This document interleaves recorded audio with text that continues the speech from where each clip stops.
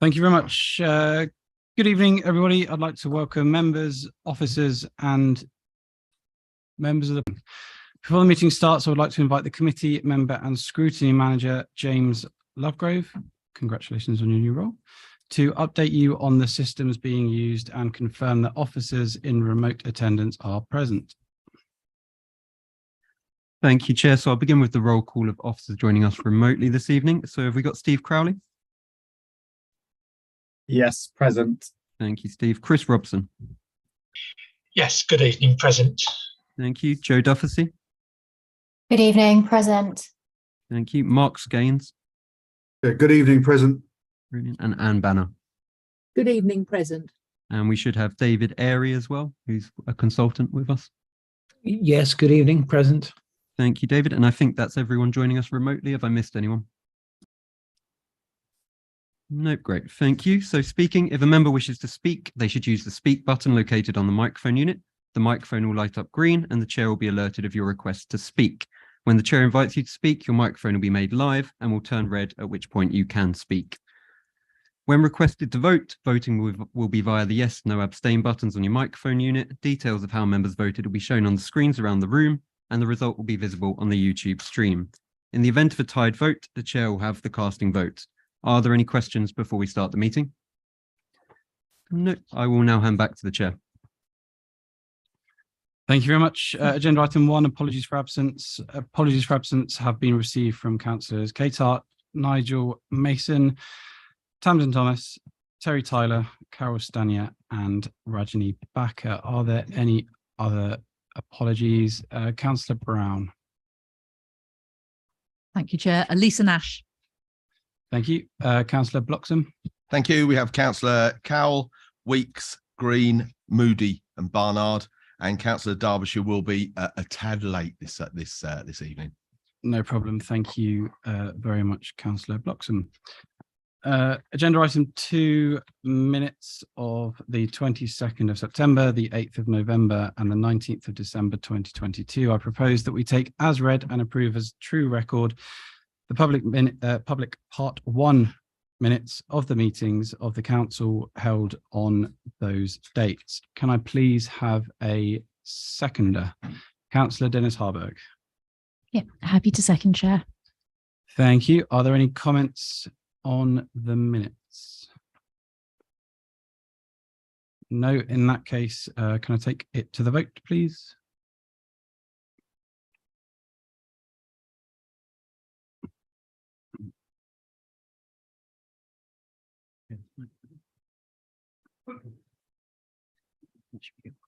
Thank you, Chair. That motion is carried.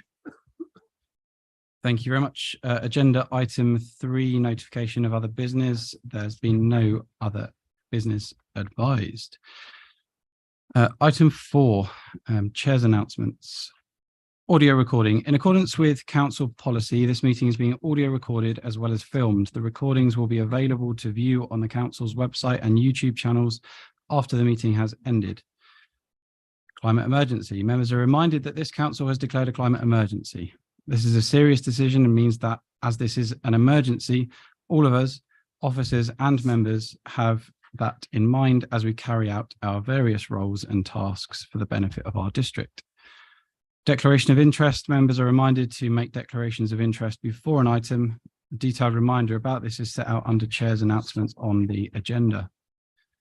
Rules of debate. Please can I remind you that the normal procedure rules in respect of debate and times to speak will apply. No speeches may be made after the mover has moved a proposal and explained the purpose of it until the motion has been seconded. When seconding a motion or amendment, a member may reserve their speech until later in the debate. In accordance with the Constitution, please can members ensure that no speech exceeds 5 minutes without my consent. Comfort breaks. I will take a comfort break at an appropriate time in the meeting, should proceedings continue at length. Chair's reception. The date of my Chair's reception event has been moved from the scheduled date of Friday the 24th of February to Sunday the 19th of March 2023. Please can you update this date in your diary, as I'm sure all of you would be very happy and keen to attend. And further details on this will be shared with members when confirmed. Agenda item 5, public participation. We've had no requests for any petitions or presentations to be made to this meeting. Agenda item 6, questions from members. We have received 2 questions submitted from members, due notice of which has been given in accordance with Standing Order 4.8.11b. The full text of these has been published as a supplement to the agenda. First question then, can I please invite Councillor Claire Strong to put the question to Councillor Sean Prendergast?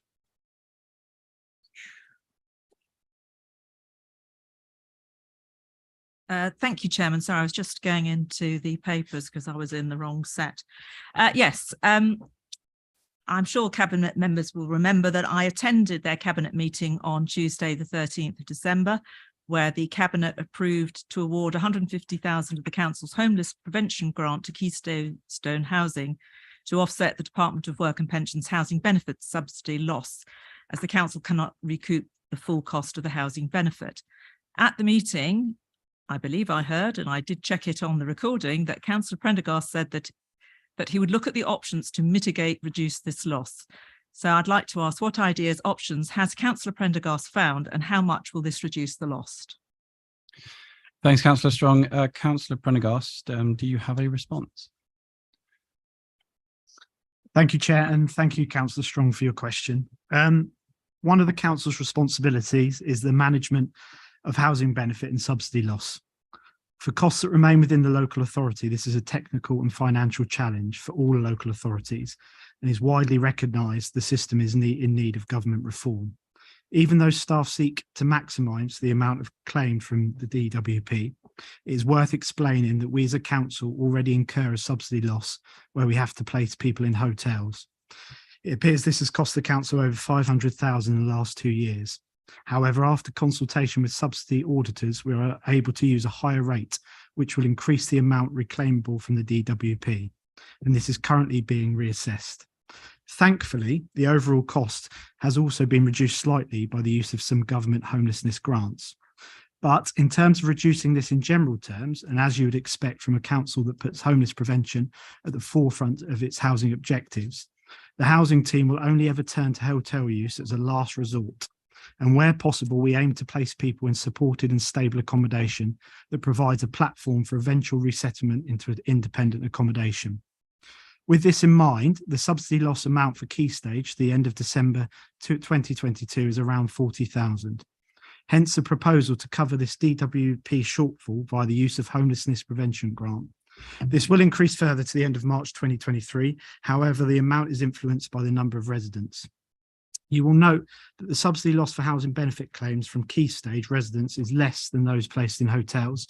And of course, this has the additional benefit that residents are provided with the support service they need to help get their lives back on track.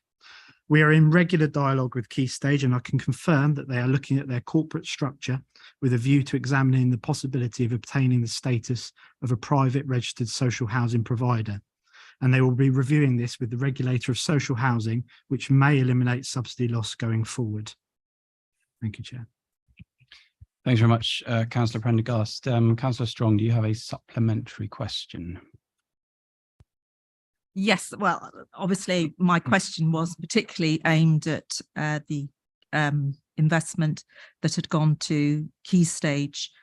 I mean, a £200,000 grant was given to Key Stage for providing homeless accommodation.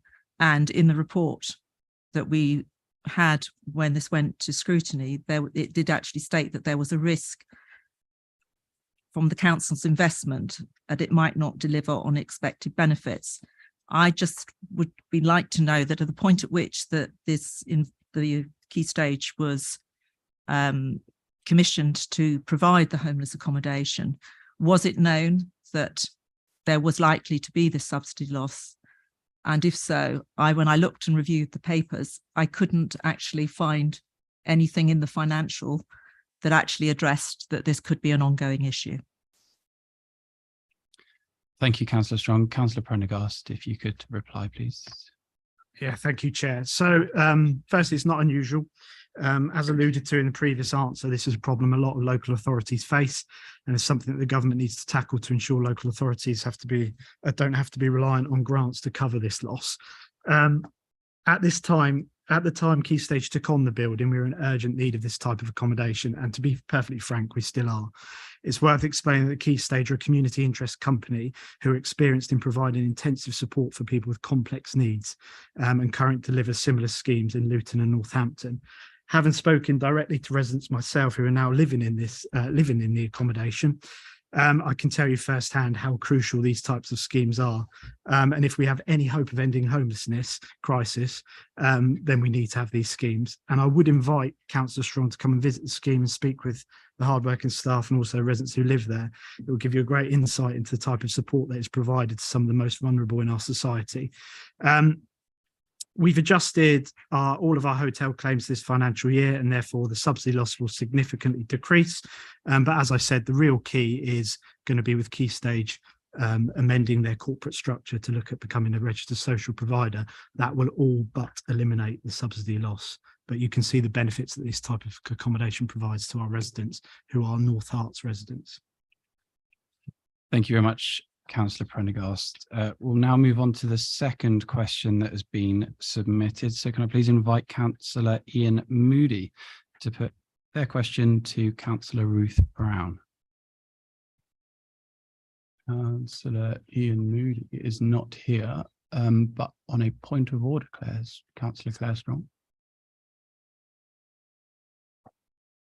Yes, Chairman, apologies. As I did mention to committee services just before the start of the meeting that Councillor Moody unfortunately would not be attending, and that I was going to invite Councillor David Levitt to take his question, if that is acceptable to you. That's acceptable to me. Just need to check that there's no issues with that. Yeah, it's submitted by the political group, so that's absolutely fine. Councillor Levitt, you are welcome to ask the question. Thank you, Chair. Question is to Councillor Ruth Brown. Now that the Council has approved our local plan, when does Councillor Brown expect to start the review of the plan, and what is the proposed timetable? Thank you, Councillor Levitt. Councillor Brown. Thank you for your question. So as was agreed when we adopted the local plan on the 8th of November, it commits the plan to a review by the end of this year, 2023. That does not mean that the review will be completed then. That means it will be started by then. And there are three possible outcomes of that review. And the one, that it remains up to date, no further action required, one that it requires a partial update, and the third that it requires a comprehensive review. We're expecting it to be the latter, but we shouldn't prejudge the process. And detailed review and updates of evidence would follow that. So there won't be a new plan by the end of the year, but the review will be commenced by the end of the year, and we're committed to that. And the officers will be scoping out the scope of that review at the second half of this year. In the meantime, our priority is to draft and adopt the supplementary planning documents. You'll notice that the draft developer one has already been adopted, or has gone through consultation, ready for adoption. And the next Cabinet on the 31st of January in strategic planning matters will be reporting on the timetable for all those SPDs. Thank you, Councillor Brown. Councillor Levitt, do you have a supplementary question? I do, thank you, Chairman. In relation to the local plan, there was a period where it was subject to a judicial review. Are we now past that judicial review period, and has there been a challenge within that period? Councillor Brown. Thank you for the question. Yes, we have passed the judicial review. It was the 22nd of December, I believe. It's not going to be judicially reviewed. We've had that confirmed by the Planning Inspectorate too, so there will be no judicial review. Thank you. Thank you very much, Councillor Brown.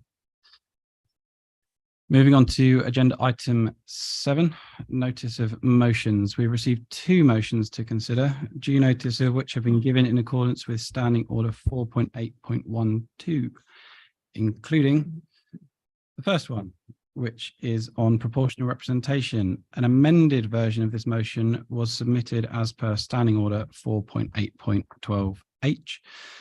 and has been uploaded to ModGov as a supplementary document. Can I please invite Councillor Chris Lucas to move the motion? Thank you, Chair.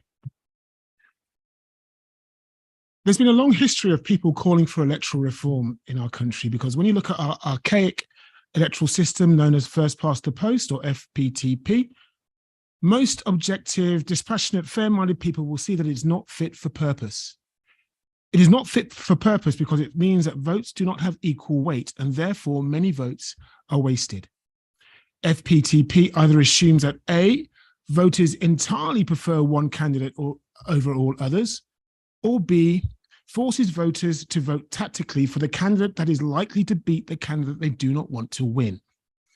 In other words, you vote based for the one that you love the most or you hate the most. But today it's rare to find people who deal in such absolutes. It is possible for people to like more than one candidate, and it is right that voters can express this by voting in order of preference. If voters cannot express their preference and a voter's first choice does not win, that voter has no say in which of the other candidates does win. First past the post can elect candidate A when more than 50% of voters would prefer candidate B, but they may also like the look of candidate C, D, or whatever. FPTP does not give the best possible outcome because people can get elected when the majority of those who voted for a candidate other than the so-called winner. Clearly, this means that democracy is not being served. The alternative to FPTP is a system of preference voting where voters rank candidates in order of preference, and all voters' views are still considered after rejecting the least popular candidates. Surely, in multi-member wards, it would be much fairer if a system of proportional representation was in place so that votes cast for parties translate more directly into seats won. Now, there are many variants of PR. Some of you may even remember the alternative vote referendum back in 2011. That was a classic example of the perfect being the enemy of the good. The principle was just, however, the execution was poor. The single transferable vote, STV, version of PR is already in use for local elections in Scotland and Northern Ireland, and as I have said in the motion, has led to an increase in turnout and greater engagement in local democracy. These examples demonstrate clearly that there should be a move to a system of preference voting, including proportional representation, in multi-member wards for local elections as soon as practically possible. This would, in my view, produce a better mix of elected candidates whose views are closer to those of the communities they represent, which is obviously a much fairer system of representation. I therefore move that this council recognises that the electoral system it uses to elect its members is not fit for purpose, and by making representations to government both directly and via the MPs that serve North East Hertfordshire, ensure that our voice is adding to the increasingly growing groundswell of public opinion calling for a change to a PR system of voting. Thank you. Thank you very much, Councillor Lucas. Do I have a seconder? Councillor Brown. I'm happy to second the resolution as in the amended version of the document, and I reserve my right to speak. Thank you very much, Councillor Brown. Is there any debate? Councillor Bloxham. Thank you, Chair. Well, I have to take issue with what I've just heard, actually, because there's some information there that I wasn't aware of. And actually, if you look at the first past the post system that we all know and love, it ensures a direct link between councillors and the ward and the people that they serve within that ward. So if we turn to the Electoral Commission, which I think know a little bit about elections, they surveyed eligible voters after the May 2022 local election. They found that 96% of eligible voters were satisfied with the process, which was an increase on the previous local election. It's also interesting to note that 97% of those surveyed also found it easy to fill out their ballot paper. Can you imagine the chaos we're going to get in 2024 if we go down this road? in all honesty, this is from the Liberal Democrat the councillors that are here.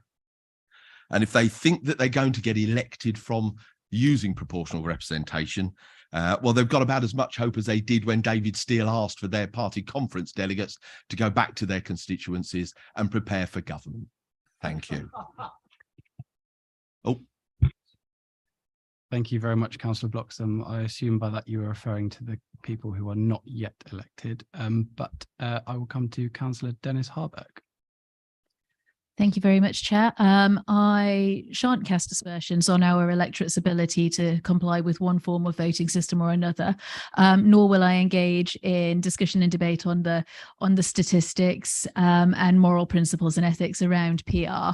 I'm looking purely at the resolutions, and I'm slightly concerned about the second of those, which is asking our managing director to write a letter on this point. My concern is that our officers are obviously apolitical, and this is first and foremost, I think, really, colleagues, a political matter.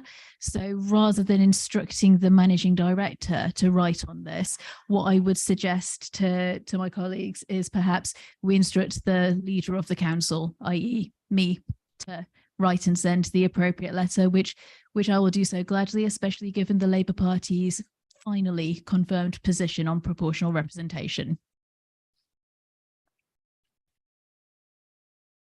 Thank you very much, Councillor Dennis Harburg.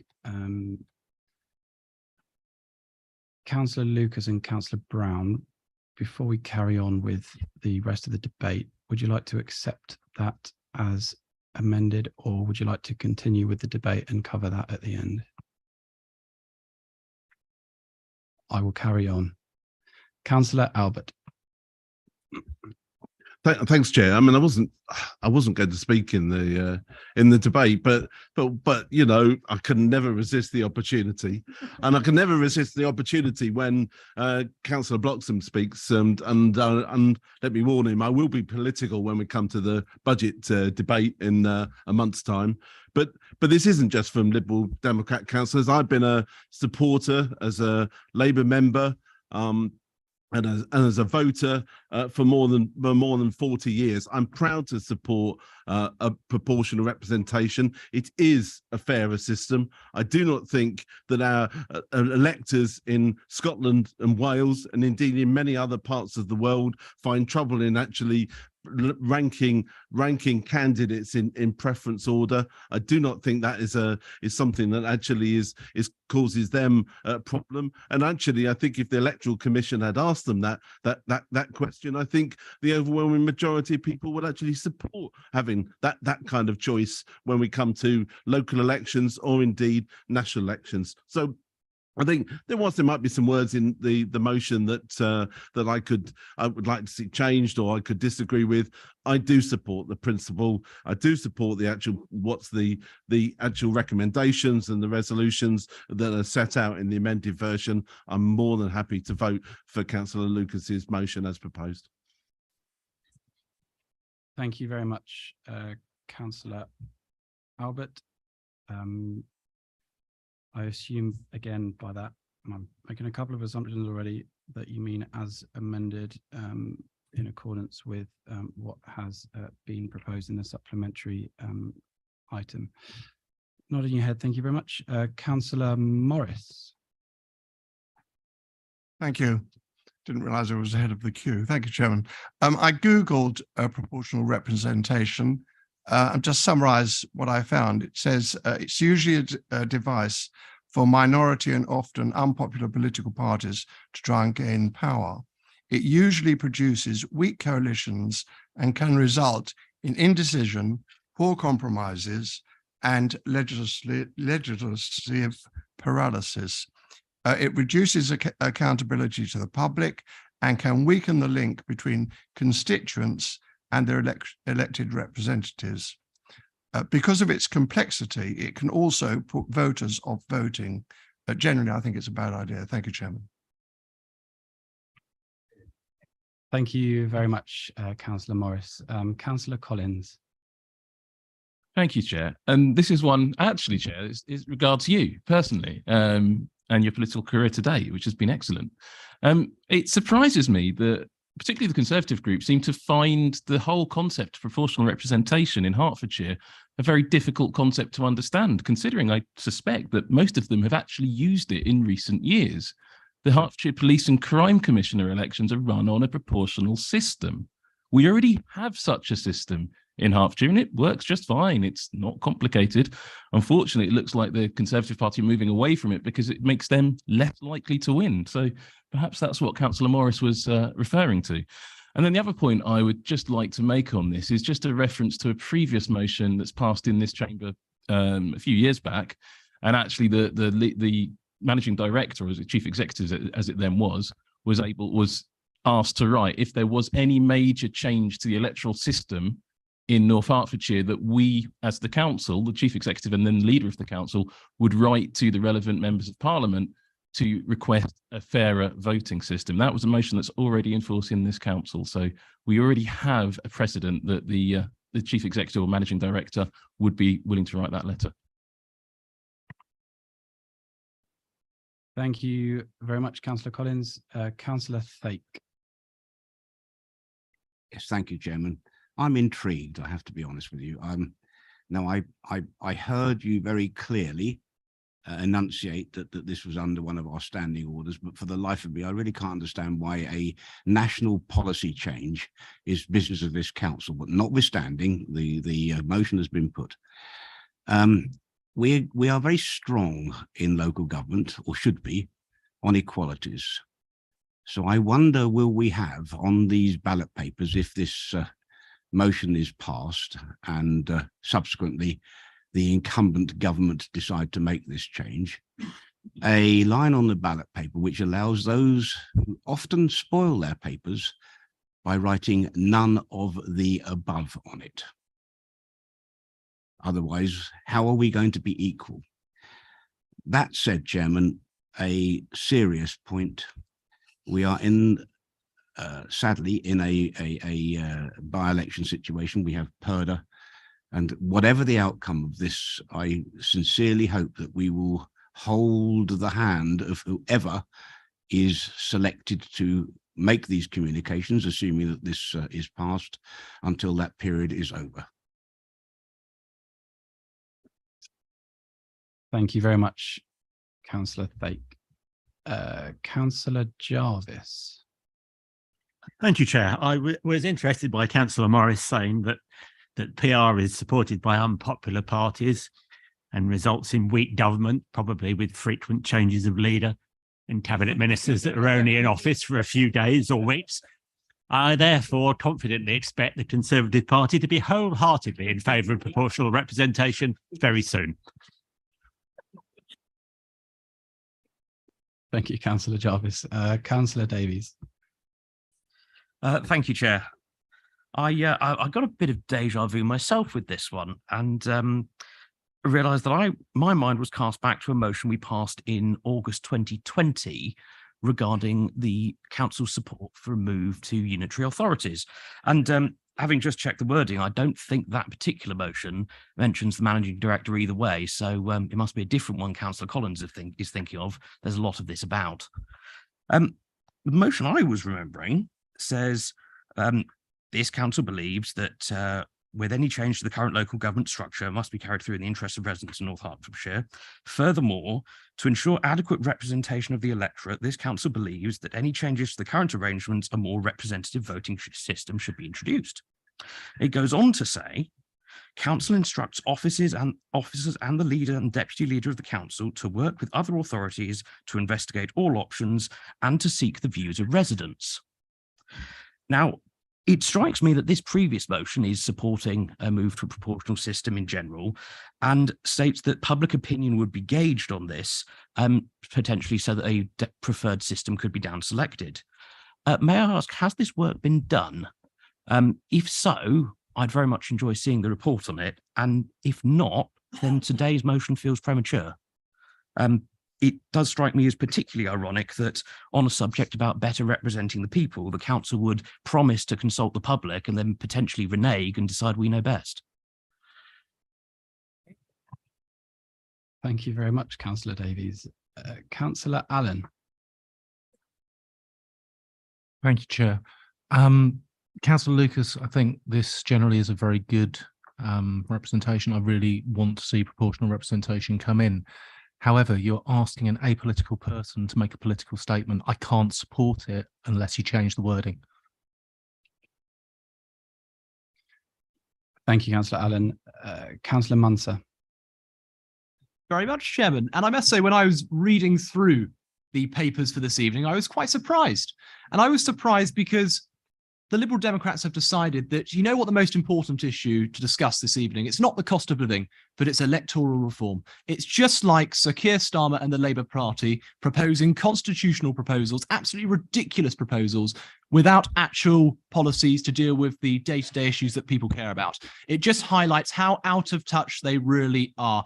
And I will say this, I've spoken to many, many people on the doorsteps in Kimpton, in Peters Green, in Blackmore End and Hitchin, and not once has the issue of electoral reform been raised on those doorsteps. But I tell you what has been raised on those doorsteps. The administration's proposals to cut waste services, vital waste services, the administration increasing car parking fees in our town centres, and the fact that under the Labour and the Liberal Democrats coalition here in North Hertfordshire, you pay more and you get less for your money. And let's just take a look at the detail of this motion. It says that in Scotland, in local elections, turnout is higher, and that might be a fact. I'm not going to dispute that. But I would argue that it's higher in Scotland because of the current political climate there. The fact is, when you're voting in a local election, you're not just voting for the person, for the political party who runs your council, but you're also voting on that constitutional question, whether or not Scotland should remain part of the United Kingdom or whether it should leave the United Kingdom. And I would argue that our chief executive and our senior officer team should not have to waste their time writing letters to ministers. I think Councillor Annan and Councillor Dennis Harburg have highlighted that, and I'm pleased that they have. I don't think it's right that they should be writing overtly political letters. And I will just say this, Councillor Brown, Councillor Lucas, if you're so passionate about this issue, if you really want to, go and write to the minister, please go and write to the minister, go and write to the Secretary of State. But I'm more than happy to tell you the response, because we'll be very diplomatic, we'll be very polite, but it will be words to this effect: it's not going to happen. Thank you, Councillor Munser. Councillor Muir. Chair. Since the war, 77 years, Italy has proportional representation. And I believe they've had a general election every year or 2 years because they cannot make it work.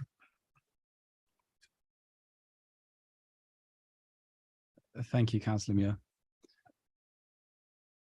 Is there anybody else wishing to speak? Councillor Willoughby. Thank you, Chair. Just to add, we are actually one of the only countries in Europe that still uses first past the post. So to suggest that Italy is indicative of a wider spread issue isn't actually a particularly good example to give. There are very few countries that continue to use it out of the 200 countries in the world.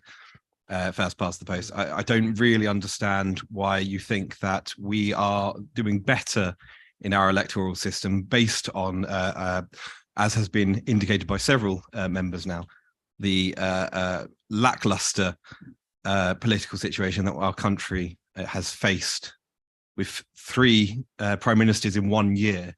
I don't think we can really, espouse the benefits of first past the post, because it clearly isn't working. Thank you, Councillor Willoughby. Councillor Brown, you reserved your right to speak. Is there anything else you would like to say? Hello. Thank you, Chair. Yeah, so I'll wait for Councillor Lucas to come back on whether he's going to support the amendment. But first, I would just like to say that, just responding to some of the things that have been said, there are 2 reasons why I support PR. One is it's fairer, and one is it engages more people. And I hear on the doorsteps lots of different things, but the thing I hear most of is I'm not going to bother to vote. And the vast majority of people don't bother to vote because they don't think their vote counts. And, you know, particularly at local level where there are small margins, every vote does count, but it would count more and people would think it counted more. And you know, with everything this council is seeking to do in terms of youth engagement into democracy, the voting system works against us because, you know, in most places, it doesn't make a difference. And so if we want to increase engagement, we have to change our electoral system. And then I would just like to say that I agree with what Councillor Willoughby said. We are the only country apart from Belarus in Europe that does not use some form of PR system. I don't think that's a very good example to be following. And I think there are many coalitions in Europe that work extremely well. They produce stable long-term government with long-term cross-party policy, and we could do with a lot more of that in this country in order to fix our NHS in particular. Thank you. Thank you very much, Councillor Brown. Councillor Lucas. Thank you very much indeed. Wow, what an interesting array of responses to this motion. I'll try and deal with them each in turn. Forgive me if I get this in the wrong order. It was proposed, I believe, by Councillor Morris. No, yes, one of the councillors, I think Councillor Bloxham actually said that it's a system that we know and love. Really? Who knows and who loves the first past the post system? Perhaps that's the system that is propped up so-called stable Conservative governments for years and years and years. Is it any surprise that the Conservative group will not like to see a change to that system, given that they've all benefited from it for many years to come? Chaos, really? You think that a proportional system will result in chaos? I don't necessarily. So is Scotland in chaos? Is Northern Ireland and Wales in Scotland? Really? The voters, so you're going to insult the voters in those countries by saying that their system is that they are in chaos. I think that is disrespectful to the highest regard. Now, as for Councillor Morris saying, I Googled proportional representation. Really, as a lecturer, let me tell you, there's one thing I tell my students not to do, and that's to trust Wikipedia. Because Wikipedia is likely to be written by people with very, very strong views. Might I suggest that maybe your Wikipedia page is being earmarked to someone who writes from the Conservative Party? The Councillor Bloxham was talking about some statistics from the Electoral Commission. Well, I too have some statistics, as you can see in the motion. Now, obviously, neither of us is going to be in a position to be able to say whose statistics are right. Let's assume that they both are right. But the point that Councillor Brown was mentioning about the fact that it will encourage or even potentially encourage more representation because people feel that their votes count and their votes will be heard, I think speaks volumes. Councillor Munster says that he made a lot of interesting points, let's say. He says it's not the point that comes up on the doorstep. Really, so you're suggesting that our electorate aren't capable of having more than one conversation on more than one different matter. It is important to a lot of people, Councillor Munster, and I think that you're paying a disservice to our electorate by suggesting that they're not able to deal with more than one issue. And as for saying it's not going to happen, how can you be so I think, once again, disrespectful to the democratic process? Just because you don't think it's important doesn't necessarily mean that others don't either. Now, on to the question as to whether or not it should be the leader or the managing director who writes to the various elected governments or MPs. Personally, I would prefer it to come in from the managing director, because a number of other councils have had their chief executives or managing directors write, because such is the seriousness of the issue. It is, I agree, apolitical, and therefore it should be seen as the voice of all of the council. That is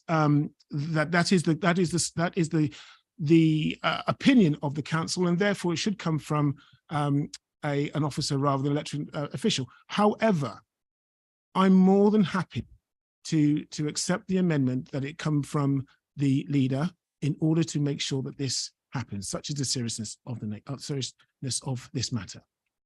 Thank you. Thank you, Councillor Lucas. Councillor Brown, do you have a point of order? As the seconder, I was going to accept the amendment.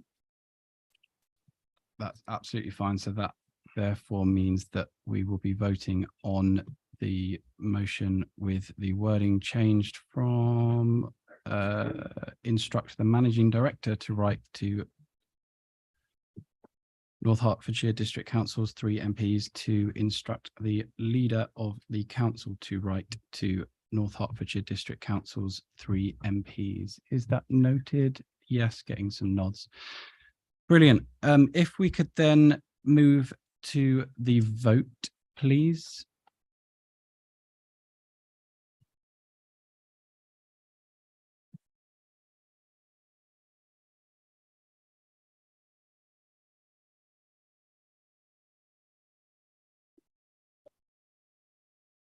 Chair, that motion is carried as amended. Thank you very much. The second motion that has been submitted relates to unlocking the potential of local high streets. Can I invite Councillor Plater to move the motion? Thank you, Chair. Sorry, Councillor Plater. Councillor Levitt, do you have a point of order? Thank you, Chair. In the interests of openness and accountability, I need to declare that I am a business rates payer and do have retail businesses in North Hertfordshire. Therefore, I will not take part in the vote on this motion. However, I do reserve the right to take part in the debate. Thank you very much, Councillor Levitt. I will carry on with the points of order, Councillor Plater, so I will come back to you. Councillor Bloxham. I find myself actually in the same position because I'm a business rates payer. So yeah, same as Councillor Levitt. Thank you very much. And Councillor Thake. Yes, Chairman. I'm not entirely sure whether, well, I'm certainly not personally a business rate payer, but I am a director in a family business which is a business rate payer within Hart. So I declare that whether I'm capable of joining in the vote under those circumstances, I would think probably 90% of the people here may have some tenuous connection in that respect. But I'll take the line of least resistance and again not participate just in case anyone accuses me of having vested interests. Thank you, Councillor Thake. I think what I will do is allow Councillor Plater to propose the motion. If during the motion anybody feels that they do come under the umbrella of having an interest, then prior to the vote taking place, I will ask the further questions. So Councillor Plater, can you please move your motion? Thank you, Chair. Our high streets are the lifeblood of our local communities, and we're in danger of losing them. The past decade has been tough for our bricks and mortar businesses. A financial crash and austerity, coupled now with COVID-19 and a cost of living crisis, is making it an incredibly tough time for our traders, and we must do all we can to help them. It has been good over the past few years to see the willingness of government to acknowledge problems and come forward with initiative in response to these challenges, with things such as the furlough scheme, COVID support business loans and the High Street Task Force. But much more does need to be done.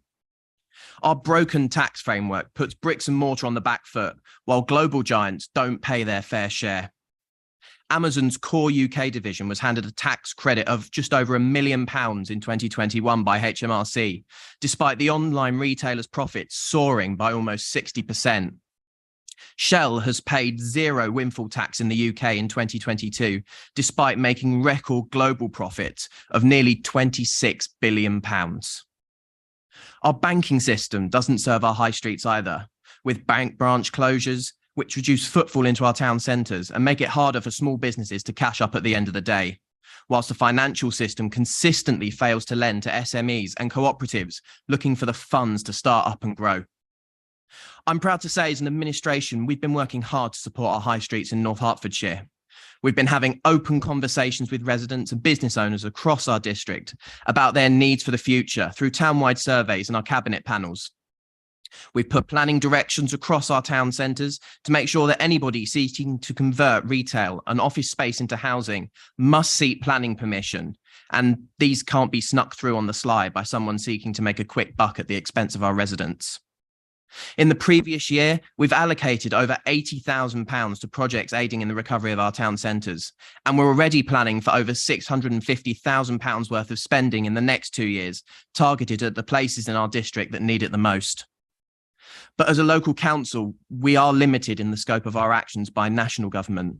So we must vote today to lobby Westminster to take the national actions our businesses sorely need. As a council, we must campaign for Westminster to scrap business rates and create a system that is fit for purpose to take the tax burden off of our local bricks and mortar businesses. We must lobby Westminster to stop their Hunger Games style attack on councils, pitting local authorities against each other for funding pots that seem to arrive late anyway. I propose they should devolve local government funding to the people who know their areas best. Us, our regions, our councils and our local communities, and not Westminster ministers who at the moment seem to enjoy playing at being President Snow. We need to do this because it is only when we join our voices across local authorities and local government that Westminster takes notice and listens to us. So with the commitments in this motion today, coupled with the action we're already taking, I know as a council, we will continue to do the best for our local businesses.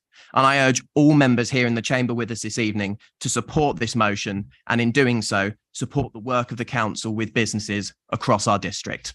Thank you very much.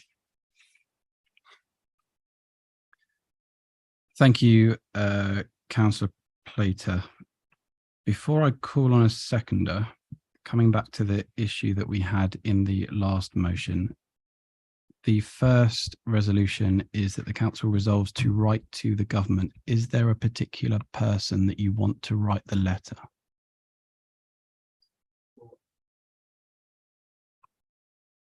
Chair, I think as a political item that, as we've discussed with the previous motion, that this should be written by the leader, and I'm happy for the motion to be amended to explicitly say so. Thank you very much. Can I call upon a seconder, and that seconder just to confirm they are happy with that slight amendment? Councillor Hoskins. Yeah, I'm happy to second and with that amendment and reserve my right to speak. Thank you, Councillor Hoskins. Is there any debate?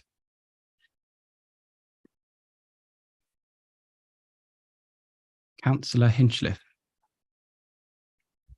Thank you, Chair. Yeah, I'm really grateful that Tom and Keith have brought this motion to us tonight. It's a really important issue that really matters to residents in my ward, and is one of the issues that comes up again and again, and I'm sure that's true for members across the chamber. The last decade of economic policy has been relentlessly weighted against towns and villages like those we represent, and I think that few councils can have as such a rich and diverse high street heritage as ours does. So it is great to have this motion before us tonight. For residents in Royston, the High Street is a key part of a town's historic identity, and many of those I speak to are concerned by the long-term decline of independent shops, and the proposals within this campaign to level the playing field between local retailers and online retail giants are essential to reversing that trend. Similarly, it's also true that the value of our high streets really does go beyond the goods they sell and the employment they provide. And I wholeheartedly support the proposals within this motion to increase opportunity for community ownership and cooperative models, which will help the beating heart of our towns and villages continue to thrive. Collectively, using this council's voice to send a clear message to the government to do more to prioritise the high streets that play such an important part in the identity of the communities we represent is one of the most powerful actions we can take on this issue, and I hope the council will pass the motion unanimously. Thank you, Councillor Hinchliffe. Anybody else? Councillor Munser.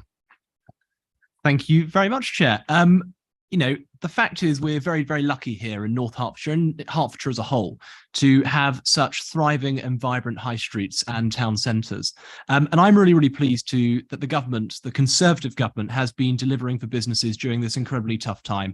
We're extending business energy support until March 2024, and we're reducing business rates, the bill which businesses will have to pay over the next 5 years, by £13.6 billion. But the fact of the matter is, unfortunately, I think this motion is words and very little action, because there's no point writing to central government unless we actually ourselves are doing everything in our power to support our businesses. Now, myself, Councillor Hoskins and a number of other colleagues attended the Cabinet panel on community enterprise, and we heard the experiences from a number of local businesses. And what they said to us was that you need to sort car parking out. And the fact is, this administration has increased car parking charges in our town centres.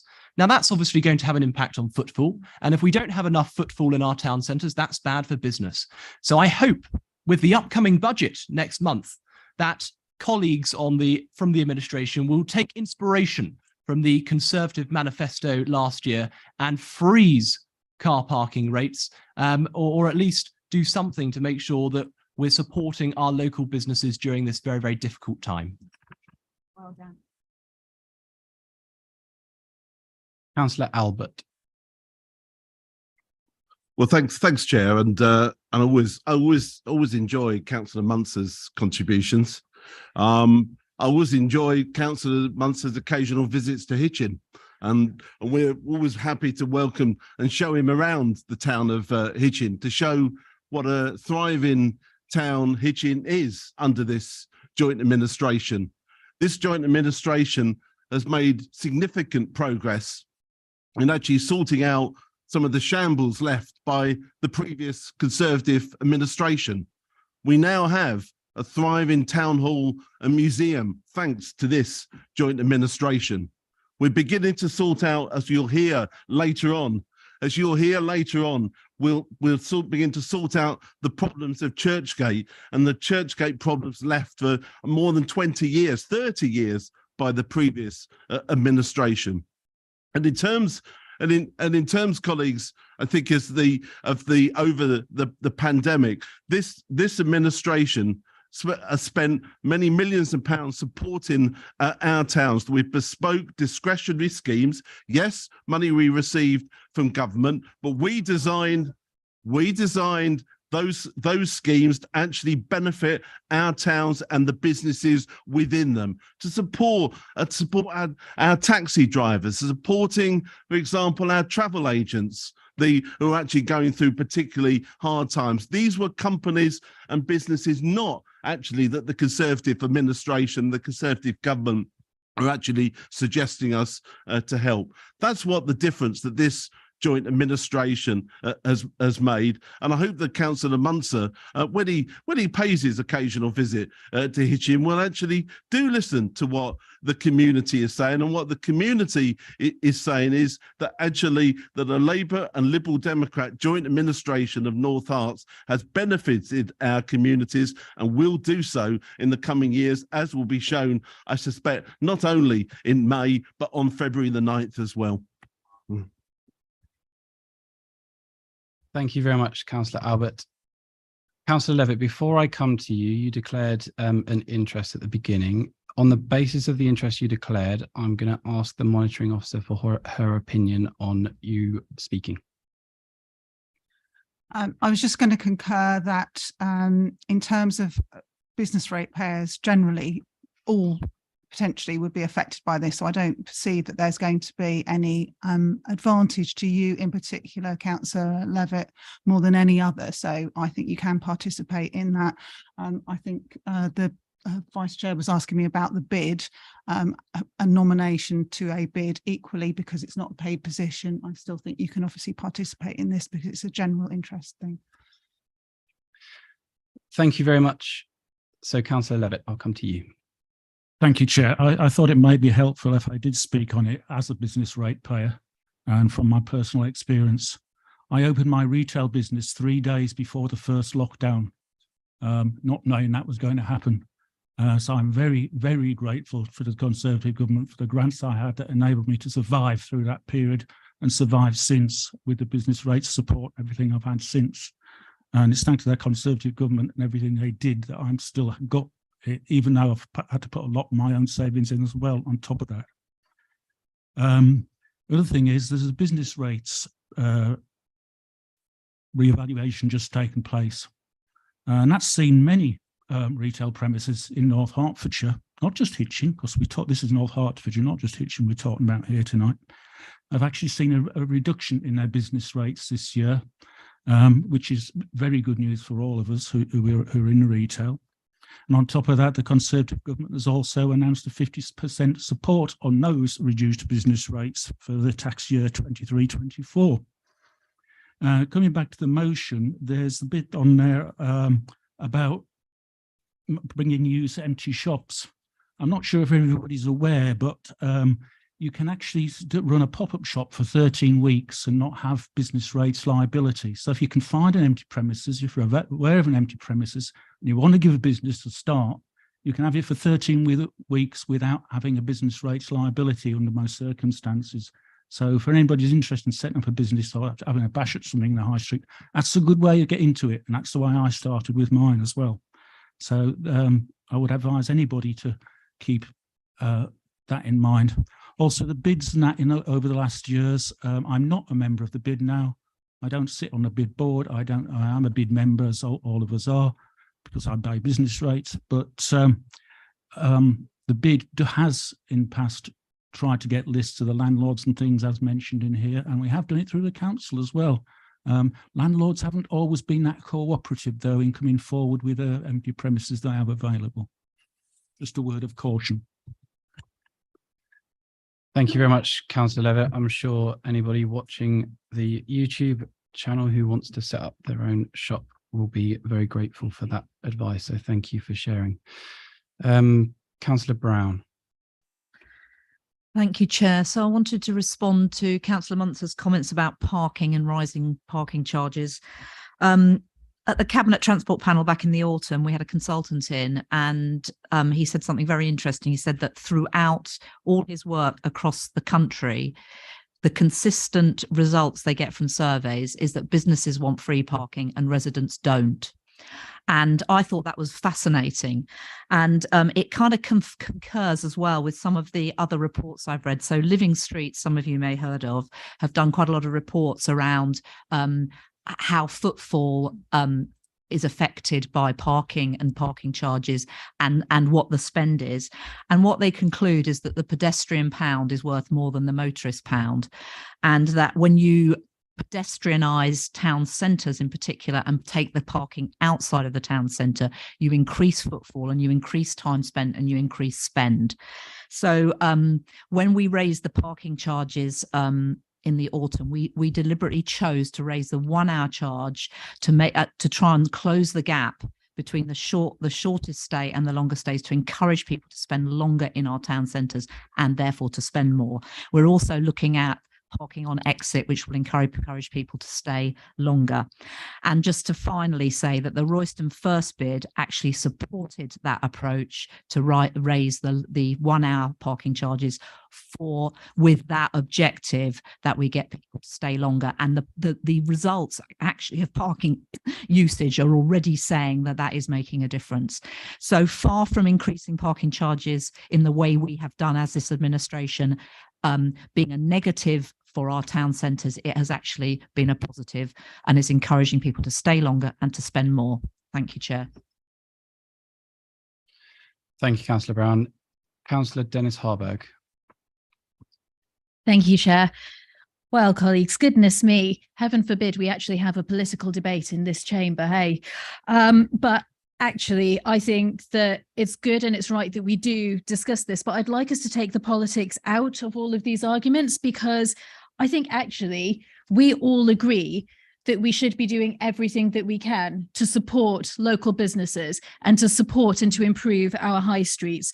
We all agree that local government ought to have placed in its hands the levers we need to pull and the funding and finance that we need to access in order to support our local communities and our local high streets and our local businesses. I do not think that those points, colleagues, are party political. I think that they are fundamental to true and real and honest devolved power and active community representation in this country.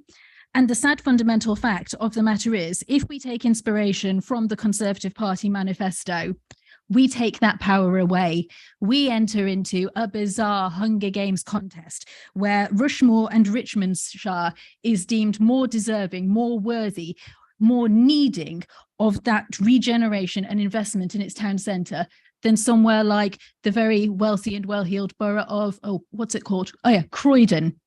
It's a very, very odd system where we must compete against other local authorities for the funding which is essential to deliver and just do our basic day job. And I think, colleagues, what this motion actually does is say, we need to speak to government. Whether government listens to us or not, Councillor Munster, I guess is up to yourself, your colleagues and the MPs. That's why I work with them. That's why I talk with them and meet with them regularly to try and have that influence. But if we don't have that conversation, we are never going to get anywhere. Our voices and our residents' voices will not be heard. But if you look also at the other resolutions in here, there are actions that this local authority can start taking immediately to get things moving. And actually, I'm doing some work on that through the Hearts Growth Board as well, and looking at Save Our High Streets funds and projects that we can get underway across the entirety of Hertfordshire to try and regenerate multiple town centres, which are desperately in need. And that is being done on an agreed cross-party basis, absent of party politics. But colleagues, I think the final point I need to make to you is quite simply this. This administration doesn't need a motion to do the things that are set out in here. We have very able portfolio holders and deputy portfolio holders who could pass policies and start working on some of these actions immediately. We wanted to have this conversation with you. We wanted your views. We wanted your feedback. We wanted to see, do you have ideas to improve the strategy that we can progress with in order to proactively support our high streets? And what I'm hearing, colleagues, isn't the supportive critical friend I was wanting. What I'm actually hearing is base party politics, and that is not going to assist our high streets that so badly need us here and now. So put away your party politics and put up your care for your community. Thank you, Councillor Dennis Harburg. Councillor Strong. Thank you, Chairman. Of course, I think all of us want to see thriving high streets in our towns. And one of the biggest areas we can do is to support our local businesses. Now, as been said already, there's been a number of government initiatives to help businesses on the high street. And whether it's business energy savings, reducing business rates, cutting fuel duty, freezing corporation tax for small businesses, those things do help. But what helps businesses locally the best is a good footfall and for people shopping local. So if people are still shopping on Amazon, you're not helping our high streets. And that's, again, I think the message that needs to get out there. Now, some of the businesses I've talked to have said, actually, they think they've done quite well in their businesses over the Christmas period, because they believe that a lot of people stayed local because they didn't have trains to actually go into London and do their shopping there. So they were able to support their high streets. But I do actually have two questions on this motion. And one is this sort of one of the bullet points on the second page where it says, make any data that's held by the council on ownership of high street properties public. I would like to ask, are we actually allowed to do that? Do we not actually have some duty of care or GDPR that says that we do have data, that we shouldn't be disclosing it? And secondly, the motion talks about right to government to scrap the business rates and replace them with a system which is fit for purpose.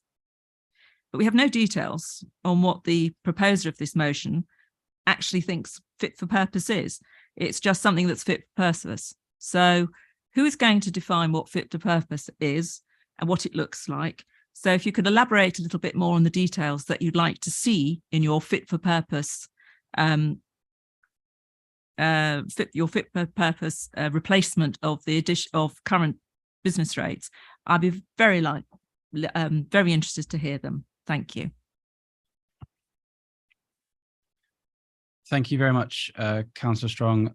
I will seek clarity on your first question. In the meantime, Councillor Willoughby.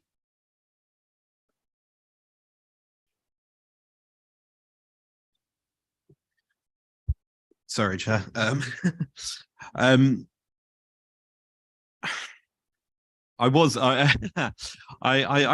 do feel that Councillor Dennis Harburg made an absolutely great point about removing the politics. And initially, I think all of us are we're very keen to go, well, actually, you this and you that, and we can all sling mud at each other and it can all be very good. But this is not just about supporting business, and we use the term businesses and we keep it saying business, but actually it's about supporting the people that work in and run those businesses. It's about employment in our towns. It is about the communities in our towns. And I absolutely agree with Councillor Munster's point earlier about the cost of living crisis being so important to so many people. Investing in our communities is the only way to alleviate the cost of living crisis. Really, we can't have the more we have people shopping with Amazon, it's not just about it not helping our local economy. It's about not helping the economy at all, because it's being taken out of our national economy. This council is continuing to work and has worked very hard to support community wealth building and ensuring that our circular economy in the locality benefits the businesses, the organisations, the community groups in our towns, and bringing continued fair employment. Supporting local businesses, including community-owned and cooperatives, which it would be fantastic to see more of those and more money being ploughed back into our businesses in the town, and therefore for better workers' rights and better pay packets, which nationally is a huge issue at the moment. It's a great way to do this, and it's really important that we continue to do this. Thank you, Chair. Thank you, Councillor Willoughby. Councillor Compton. Thank you, Chair. From my point of view, just to reiterate what Councillor Strong said, I'm struggling to really find this fit for purpose idea and see where we're going with this. I have no problem with that, because if we can come up with our great minds here at North Herts and come up with a much better way of putting business rates to use or changing it, I'm all for it. But at the moment, we're just saying, can we do something about it, please? And I don't really feel that's something that's suitable to go to central government at all, because we're going to get nowhere with it. If we actually want to progress this and actually want to do something, we should have some content behind it. At least then we can get the ball rolling, if that's possible at all. I would agree that actually I'm fairly sure under GDPR, if these are privately owned buildings that are sharing their data, we don't have a business right to do it. Certainly if we haven't had agreement from those people to do so, that could put us on a sticky wicket. And we could be in trouble with the Information Commissioner's Office. So I think maybe we could come up with a rewording of that if this was to pass, because I think that is sort of slightly dangerous. And I think that the next point I'd like to make about devolving towns funds, levelling up funds, etc. I'm a little bit perplexed about why we'd want to get rid of the levelling up fund, which I think on a personal level is a very good project. As much as this might be a Hunger Games style approach, and Richmond District Council managed to get 19 million for this, we've just had an announcement of, I think, another 20 or so or 30 district councils in particular that have just been given grants. Amongst those are Harlow District Council, who've had nearly £20 million, and Tendring District Council, who've had nearly £20 million. And this is to provide new affordable homes, put in new musical schools, space for creative industries, etc., new libraries, adult learning spaces, and the like.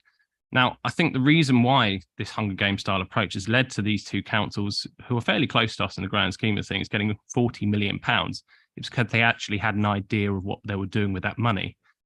And I think if we'd really thought about it, and we could look back at the fact that we've got Churchgate in our possession, maybe we could have put a bid in for this, where it would have actually cost the council nothing of our own money to actually do something with Churchgate if we'd actually put some projects, or processes forward. But from what I could see, we're still struggling with the grand plan of that.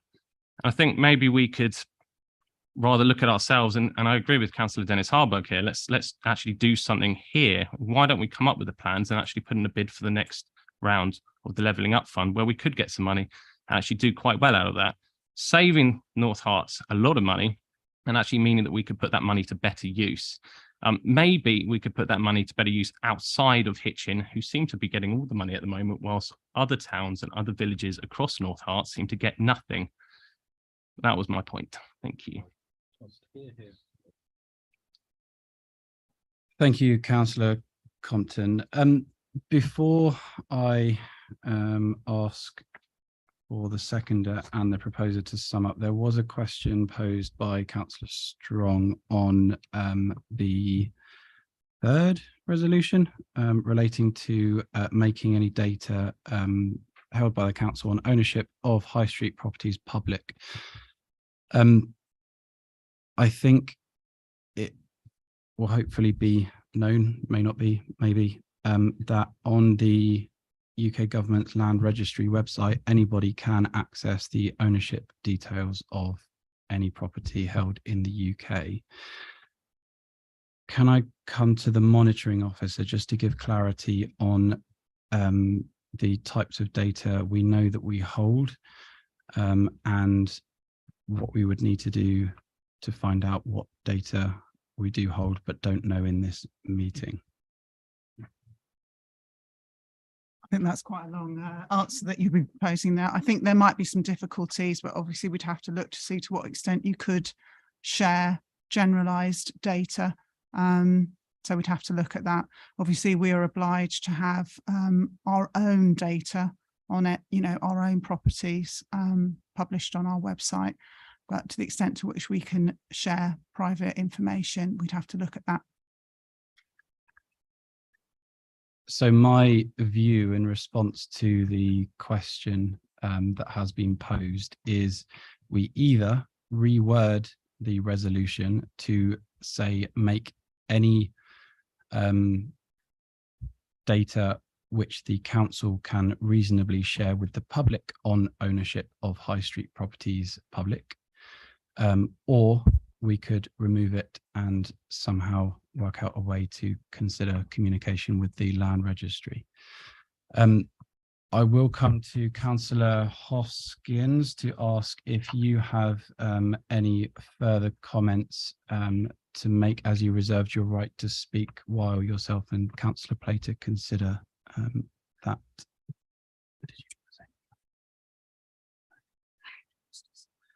Thank you, Chair. I speak modestly as one who's done, I think, a little bit to establish thriving high streets and indeed to maintain them.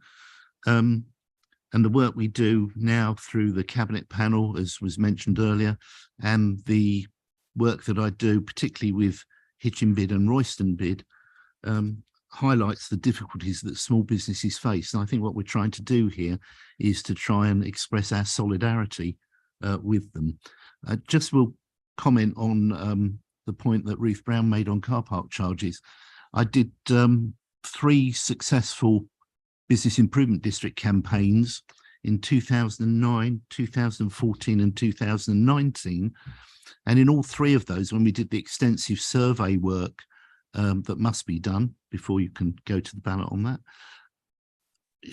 Ruth is quite right, of course. The issue of car parking charges was a major one with the businesses of town, but it absolutely was not with the general public. It was less than 10% quoted parking charges as a disincentive.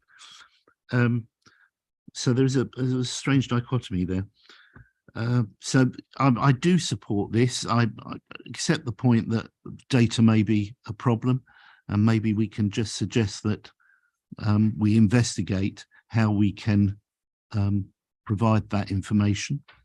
But other than that, I think this is this provides a basis for us to show businesses that we, in our small way, support them, because we're not resourced as a huge organisation to do a great deal more. And I applaud the work that Elizabeth Dennis-Harberg's doing with the Growth Panel, and I think that has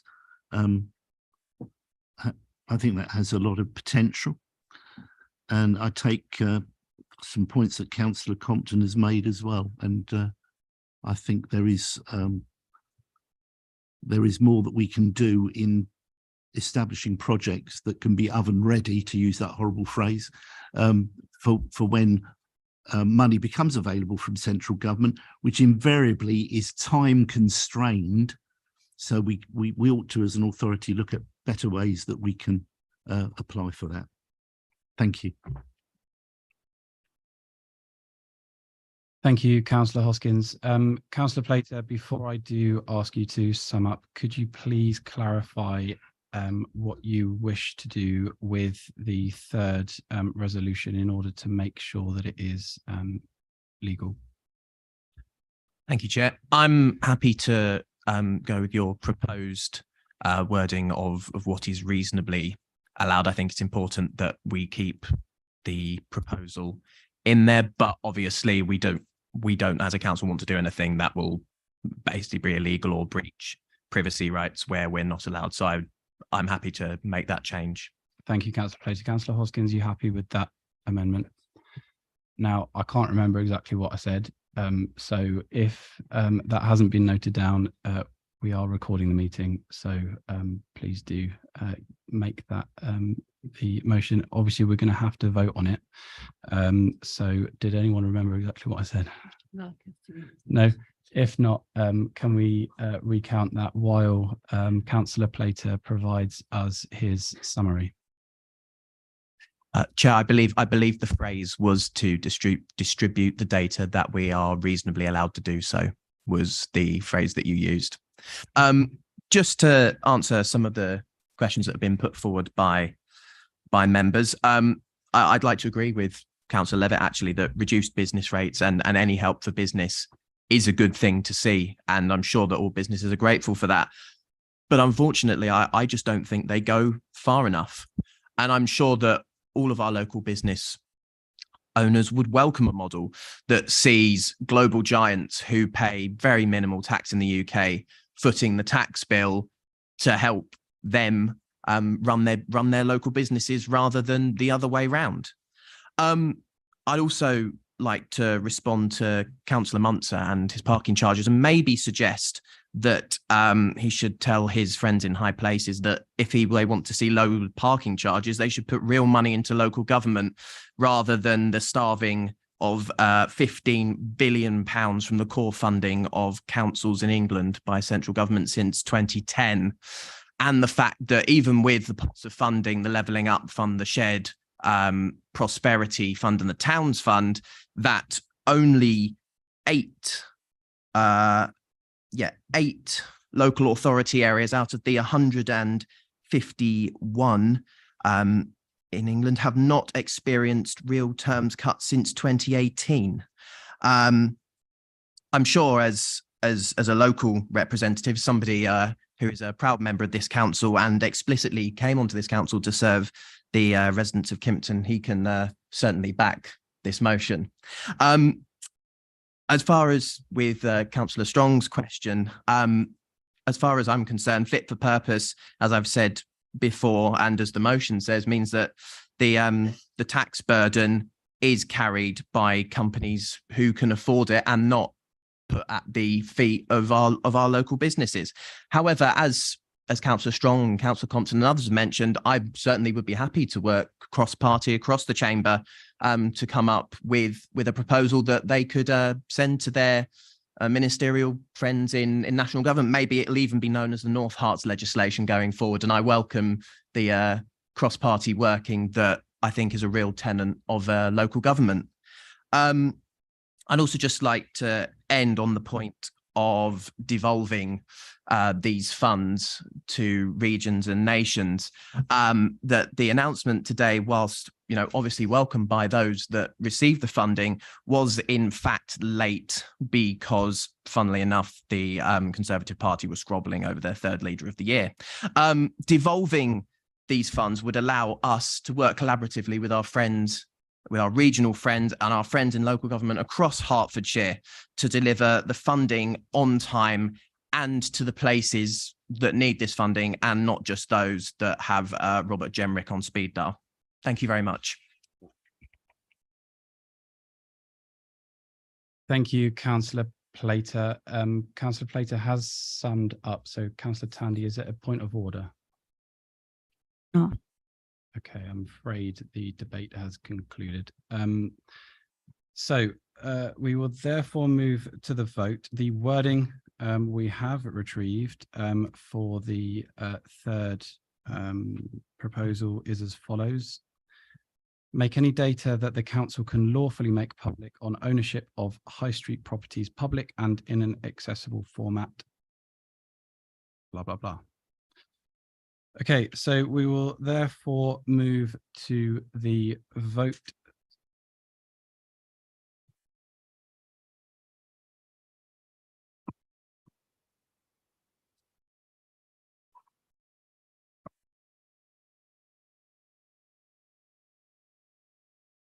Thank you, Chair. That motion is carried. Thank you very much. Agenda item 8. Item 8A, referral from Finance Audit and Risk Committee on the 7th of December 2022, annual review of the contract procurement rules. The chair of FAR is not currently present, so I will call straight upon Mr. Ian Cooper, please, to present the referral. Thank you, Chair. So the Finance Audit and Risk Committee considered the proposed changes to procurement regs at their meeting in December, and we're happy to recommend them onto meeting for you to consider tonight. As set out in the executive summary report, there are 4 sets of fairly minor changes. It is expected that a new procurement bill will be published later this calendar year, possibly in 2024, with the adoption therefore expected sometime during 2024.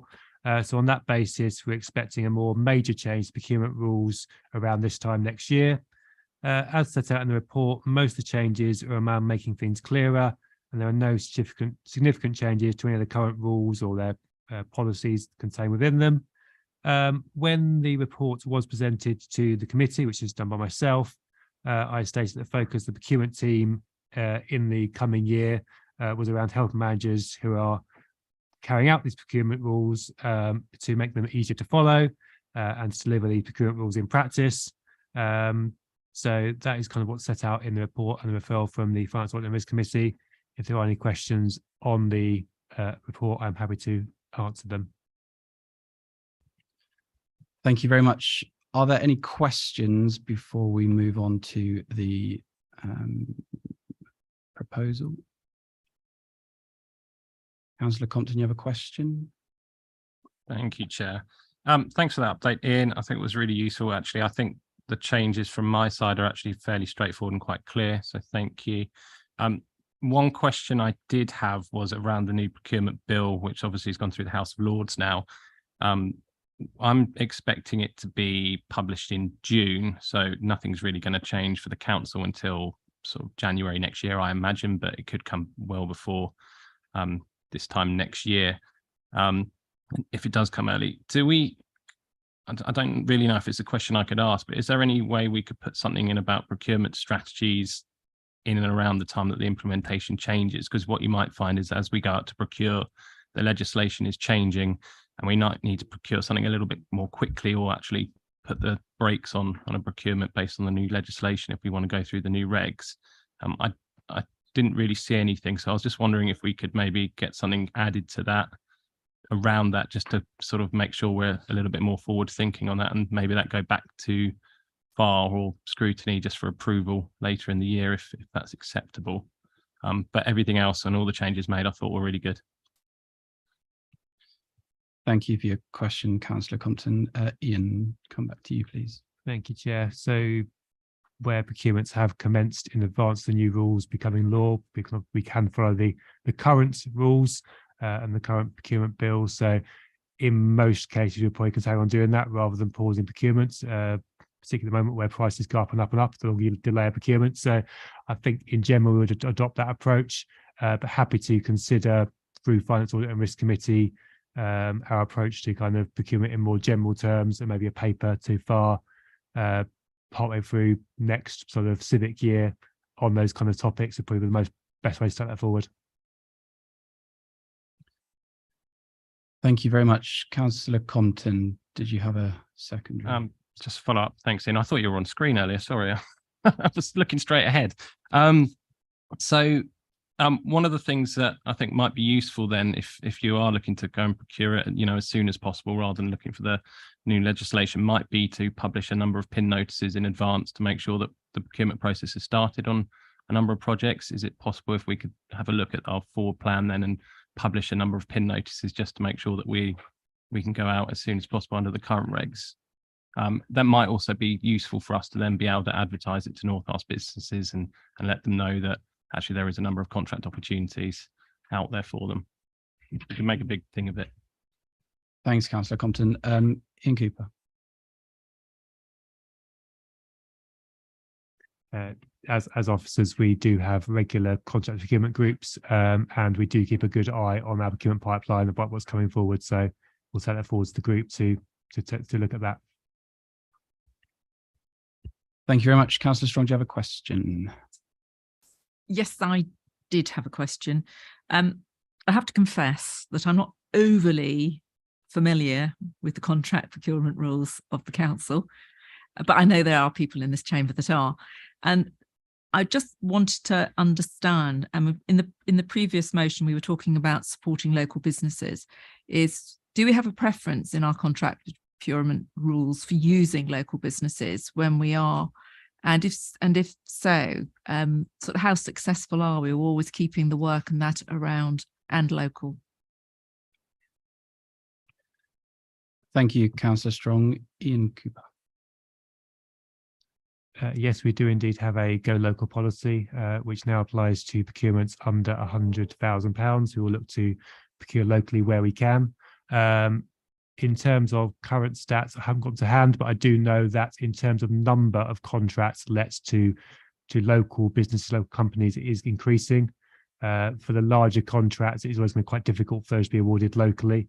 But certainly for the number of small contracts we have placed, that is going up. And it's, again, same for the regular officer procurement group, we do keep an eye on and do keep a look at ways we can continue to increase that and improve it.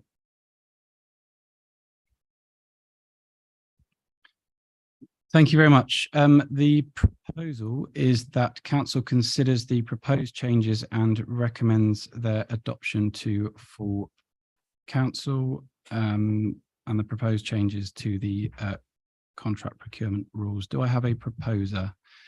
Councillor Albert. Happy to propose and reserve the right. Thank you. And a seconder, please. Councillor Compton. Happy to second. Thank you very much, Councillor Compton. Is there any debate?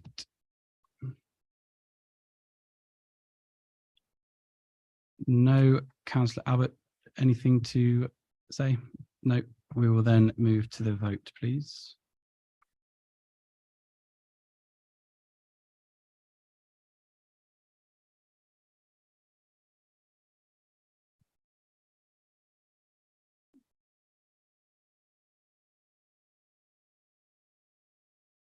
Chair, that motion is carried. Thank you very much. 8B, referral from Cabinet on the 13th of December 2022, second quarter investment strategy, capital and treasury review 2022-2023. Councillor Albert, could I please call upon you to present the referral?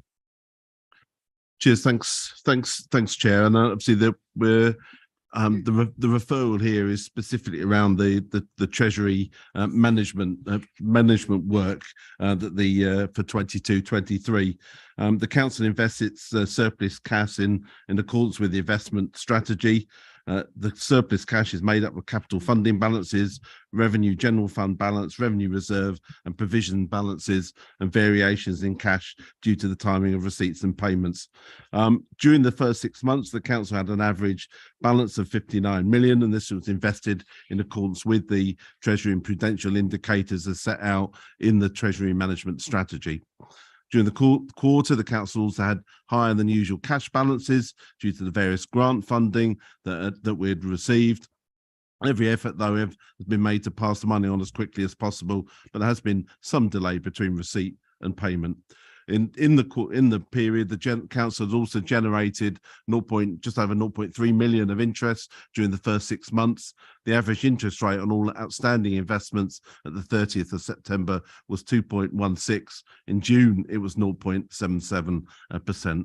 Again, obviously our balance of investments, and we now have a high level balance with the Debt Management Office of Government, which reflects the higher rates they paid during the quarter compared to building societies and local authorities, and that's 65% of our investments sit there. Obviously there's a detailed report that sits behind this, but Chair, I'd like to move the recommendation. We accept that report, and we recommend to the council that it notes the position of the Treasury management activity as at the end of September. Thank you very much, Councillor Albert. That is the referral and the motion, the referral proposed, the recommendations proposed. Can I have a seconder? Councillor Dennis Harburg. Yep, happy to second, Chair, and reserve my right to speak. Thank you very much. Is there any debate? I am not seeing any. So Councillor Dennis Harburg, anything to say? No. And Councillor Albert, anything else to say? Can we therefore move to the vote, please?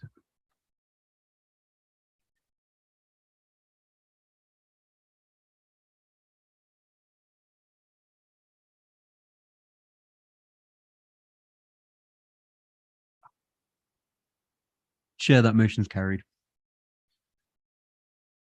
Thank you very much. 8C, referral from Cabinet on the 13th of December 2022, Council Tax Reduction Scheme 22-23. I will take this referral alongside the relevant item on the agenda, which is the next one, agenda item 9. Before I continue, could you please put your hand up if you need the loo? Cool. Okay, we will therefore have a 10-minute recess break. So please be back here at 9:10. Thank you.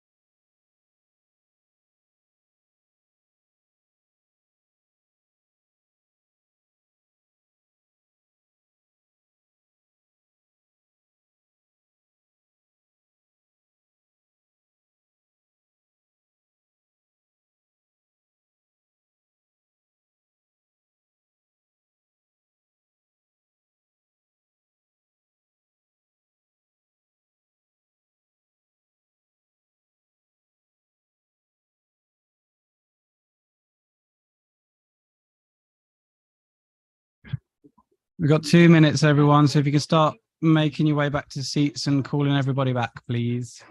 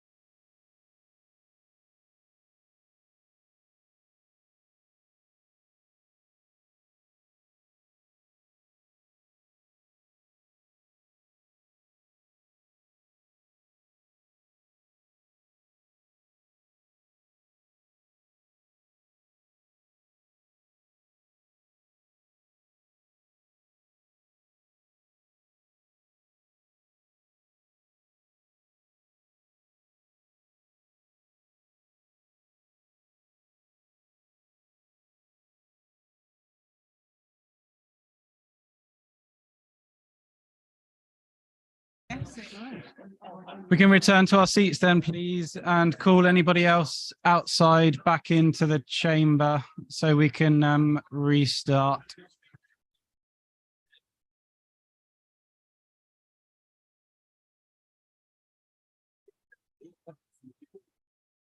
Yeah, and you're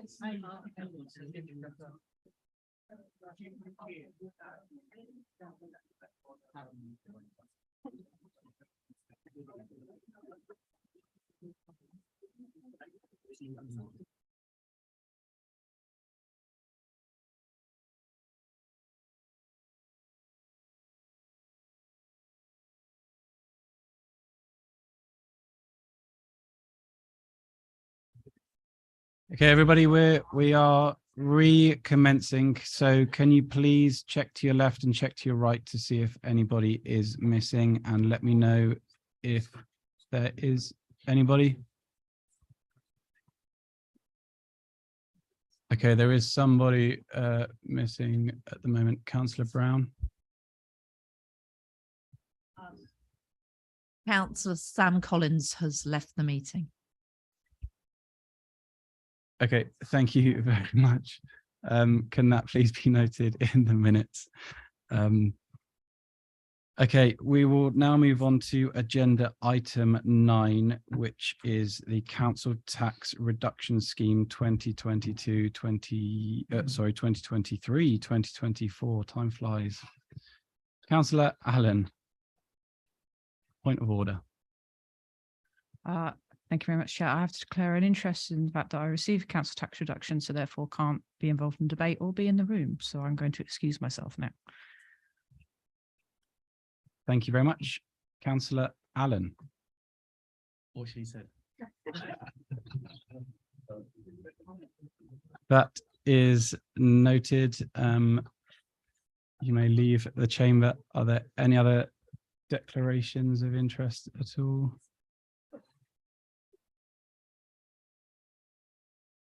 Councillor Weeder. Yeah, me too. What they said. No problem. Thank you very much, Councillor Weeder. If you take a step outside.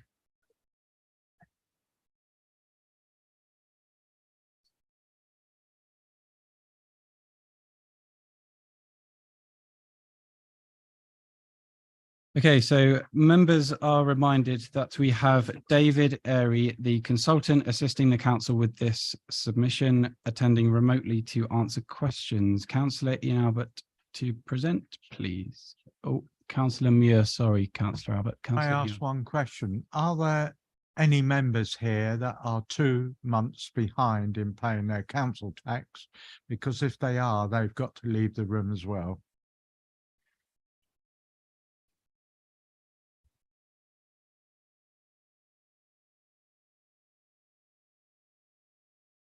Councillor Muir, I'm just going to seek clarity on that question from the monitoring officer, but I don't think we can force people to Well, unless I'm going to be contradicted, Chair, by Ian Cooper, I think it's the budgetary item, but normally we have a consultation process with the individuals concerned anyway, don't we? Before such things come up. And I'm not aware that that's an issue for those that are present here. Thank you very much for that. So, Councillor Albert, could you please present? Cheers. Thanks, Chair. I intended just to briefly introduce the report and then also to get the council introduced sort of David Airy to give you a few more words around the new scheme. The report before you is seeking the approval of the council to adopt the proposed council reduction scheme for 23-24. Council are required to approve the scheme each year for the year ahead, and for the last 10 years, the scheme has remained broadly the same with minor legislative changes. This year, a new banded scheme is being proposed following a full review that has taken place. That full review of the scheme is one of the key projects included in the council's delivery plan. Work on that review has gone throughout the year and has been supported by our external specialist, David, who I'll introduce in a moment, who works with many other authorities on their schemes.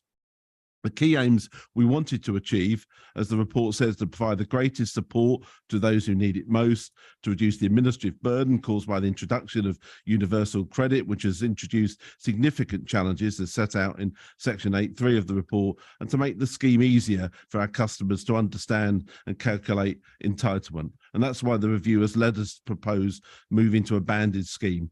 And the banded scheme will enable us to meet those key objectives mentioned. And the table at 8.5.4 shows the banded scheme that's currently been proposed. So I'd particularly like, obviously, to thank David for his work, and obviously for Jo Dufficy and her team for all their work on that. And perhaps our Chair, for with your permission, if I can bring in sort of David Area just to obviously introduce the scheme to members. Absolutely, Councillor Albert. Mr. Airy, are you there, and are you happy to speak? Yes, good evening, Chair, and thanks, Councillor Albert.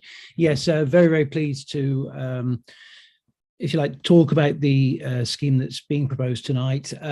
We work with a large number of local authorities on council tax reduction, probably about 250. The schemes you had in place up to now has served you well, but unfortunately the council tax reduction scheme for the working age does need reform because, just as Councillor Albert mentioned, the universal credit has made it virtually unworkable. The scheme that we're proposing tonight, or your officers are proposing tonight, are for working age. The pension age scheme, so anybody of pension age, is the scheme is actually run by central government under what they call the prescribed regulations, and this is for working age folks. It will do exactly as it says on the tin, really. It's increasing the support to those on the lowest incomes, which is excellent. It is a simpler scheme. It will last, and it will hold you fit for the future. It'll be good for the future. It is certainly simpler for applicants to understand, and the whole process is, if you like, in the right direction, or the move is in the right direction. And just like a lot of other authorities, by moving to this scheme, as I say, it'll be a robust scheme that should last you for a good number of years to come. Thank you very much. Can I please have a second? Councillor Dennis Hartberg. Yep. Thank you, Chair. Happy to second and reserve my right to speak. Thank you. Is there any debate? Councillor Brown. Thank you, Chair. I welcome this proposal. I think it's going to be simpler to administer and hence more cost effective, which is always a good thing for a council to be saving money on administration. It's going to be much simpler for our residents, our customers to understand. And it's crucially going to target those who are most in need. And whereas before everyone paid some council tax, now some people won't pay any at all. And that's going to be clearly means tested. So the other thing that I welcome about this scheme is that the transition period has been well thought through, in that there are a few losers. There are far more winners, but there are a few losers, and they will be supported through the transition process. So I think all in all, it's a very well thought through, well designed scheme, and I hope that the all members will support it. Thank you.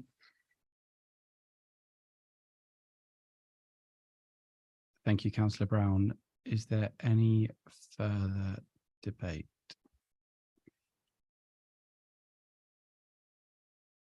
Just before I come back to Councillor Albert, we just want to finalise ensuring that the answer that we gave to Councillor Muir earlier is 100% watertight and correct. So if you just bear with us, we will make sure that that is correct.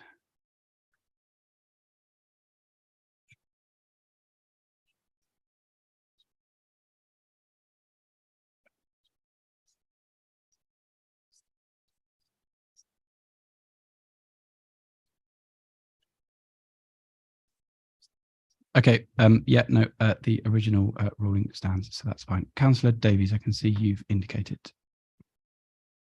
Or not. Thank you, Chair. I was actually going to offer to fill the silence, but I'll be very brief. I just had a comment on the report we've been given, where we have a public consultation where we have 74% of respondents that responded to the consultation are not in current receipt of council tax reduction. And it then goes on to show that 68% of residents responded were in favour of the new scheme. It would be quite useful for future surveys of this nature to be able to see a cross breakdown of which percentages were in favour or against of those that were in favour or in current receipt or not of the scheme. Whilst it's unlikely from the data we've got, it is theoretically possible that everyone that wants the new scheme is not in receipt of it, and everyone that is in receipt of it doesn't want the new scheme. Though that doesn't prevent my support for it this evening. Thank you very much, Councillor Davies. That is noted on the recording and I'm sure has been listened to by our officers and executive member as well. I'm seeing no other indications, so I will come back to Councillor Dennis Harburg if you had anything further to say. Nope. So Councillor Albert, could you please summarise? And only really just to say, I mean, obviously commend the report. I think also just pick up one point that Councillor Brown touched upon, that we will be providing, I think this is a really important thing in the transition, discretionary support to protect those who experience exceptional hardship, and those cases will be considered on an individual basis, and any hardship support will be provided for a specified period of time. I think that in managing that transition, that is, I think, is particularly important to make sure that that where there are any people who are receiving less benefit from this, that actually we can see how we can provide additional support through that discretionary support scheme that we'll be bringing in and contacting all those people concerned. So commend the report, and as I say, commend obviously particularly in the sort of endorsement we've had from our partners in North Arts Citizens Advice, who very warmly welcomed the scheme, and I think certainly saw it as a fairer system and very much client focused, which they look forward to working with us on. Commend the scheme, and I hope the council will support it unanimously. Thank you very much, Councillor Albert. The recommendations are in front of you, 2.1 to 2.5. So can we please go to the vote?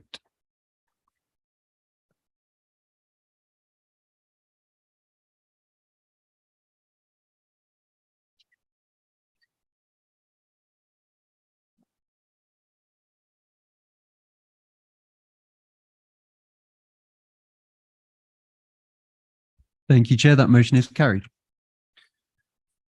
Thank you very much. And we also need to vote on the, oh no, we don't need to vote, but we've also noted that the referrals from the Cabinet have been incorporated into those recommendations as well, as I alluded to earlier when we were talking about item 8C.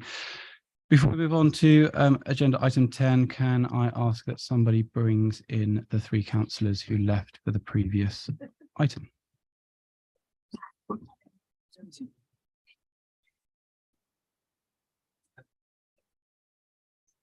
Yeah.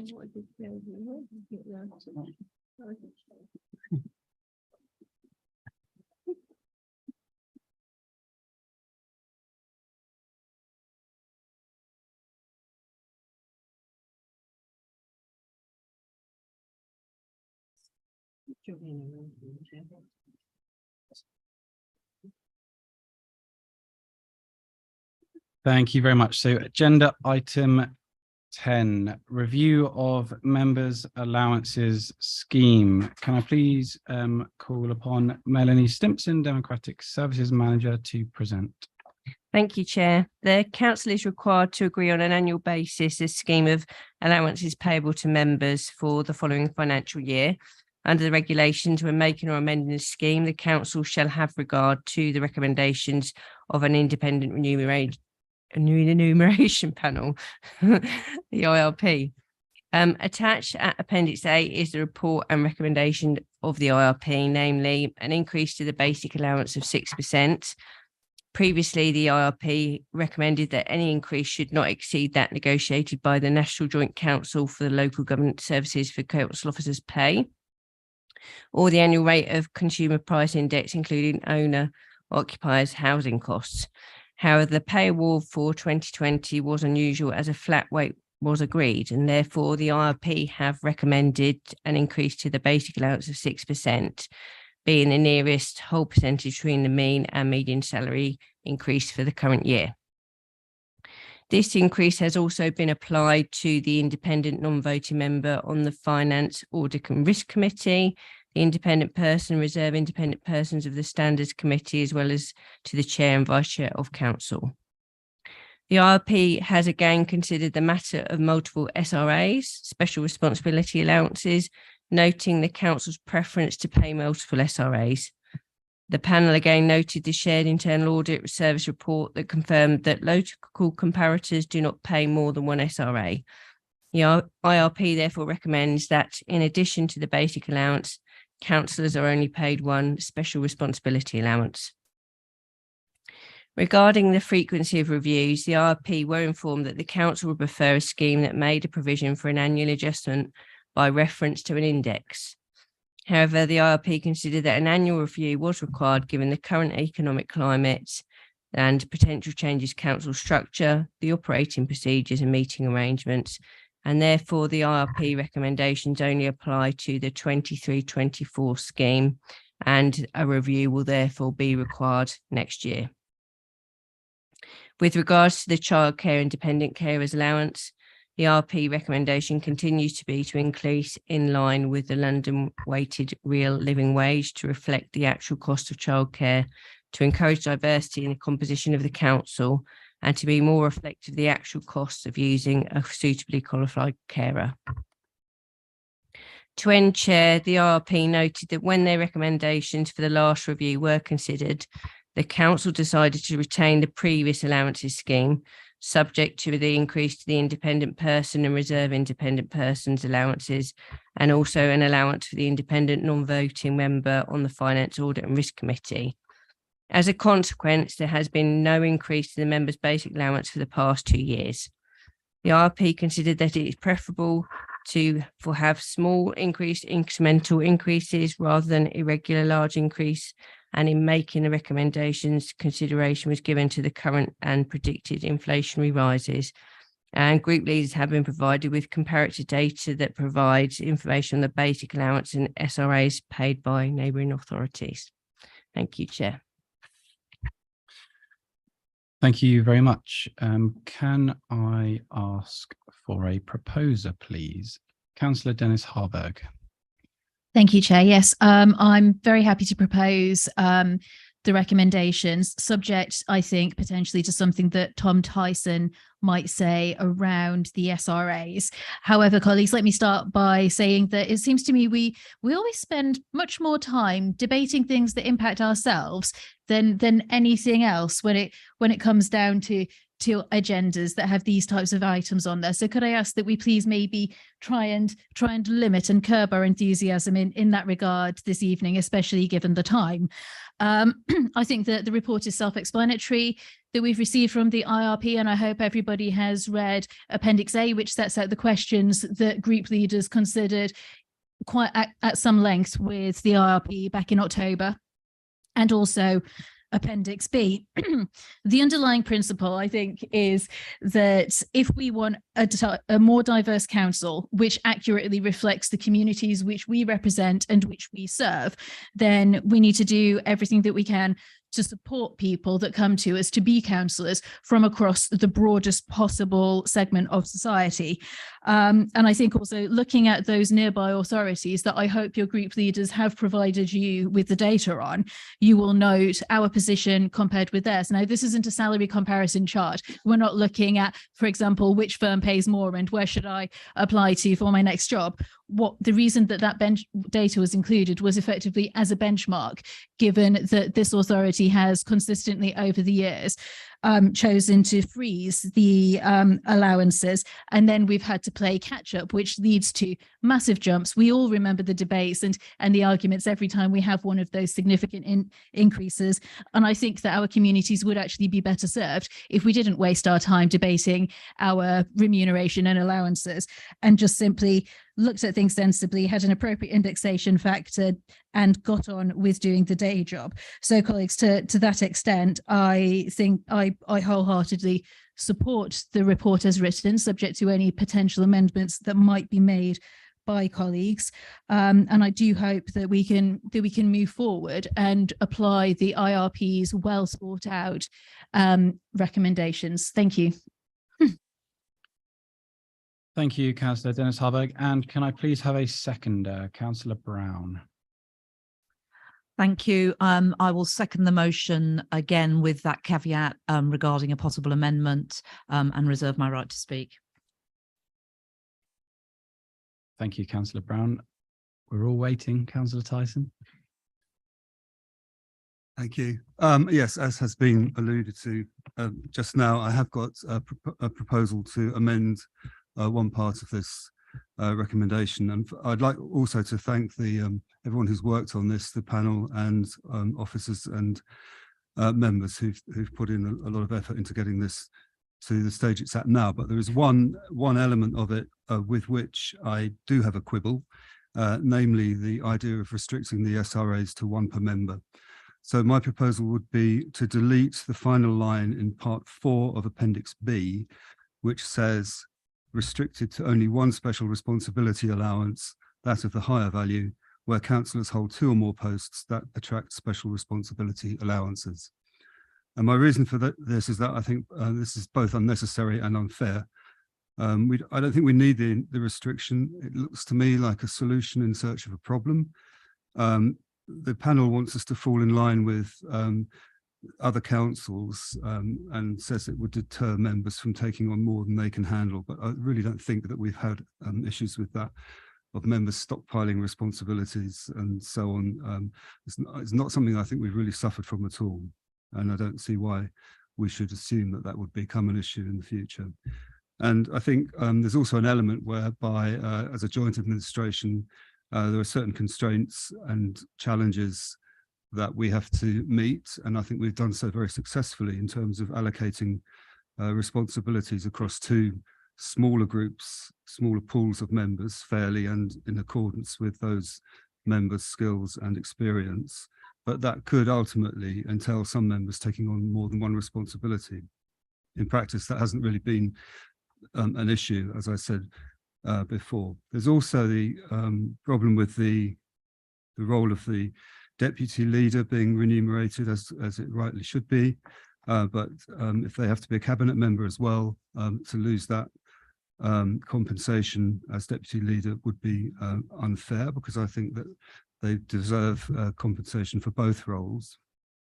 I think that there are possibly councils, authorities where they enjoy more flexibility because groups with large majorities might have a greater deal of flexibility in allocating roles of responsibility that's not necessarily available to us, and that sets us apart from them. And finally, I'd just like to say on a kind of ethical basis that are refusing to pay for special responsibilities. I think that if a role is deemed to be worth a certain amount of money because of the time that it demands, and this isn't, we're not talking about wages or salaries here, this is compensation for time invested in fulfilling these duties, then why would that not be worth the same amount if the holder has another responsibility as well that also has a demand on their time? So just as a hypothetical example, supposing I was, the IRP would say that if I was the chair of an area committee, not an easy job to get hold of these days, in my experience, that would be worth around about £1,000 to me to compensate me for the time that that takes me to complete that role, to fulfill that responsibility. Unless, of course, I chair also the Licensing and Appeals Committee as well, in which case the time I give to the area committee is valued at £0. I think that's absurd, and I don't think that you can justify not paying someone for the time they spend on one role just because they also give time to another. So I don't see that as a deterrent so much as a punishment, really, and I do feel that that's unfair and that this restriction is unnecessary. So I hope you can support me in this amendment. Thank you. Thank you very much, Councillor Tyson. Can I have a seconder for the amendment, please? Councillor Jarvis. Yeah, I'm happy to second that and reserve my right to speak. Thank you. We will therefore move into the debate on the amendment. So is there anybody wishing to speak?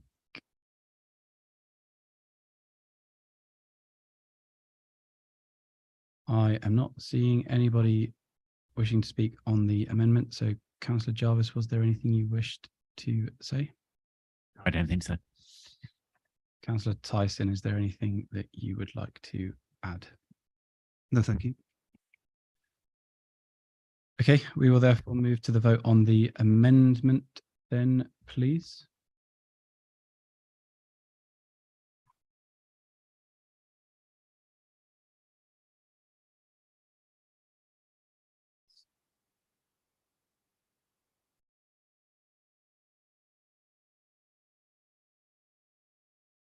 Chair, that amendment is carried.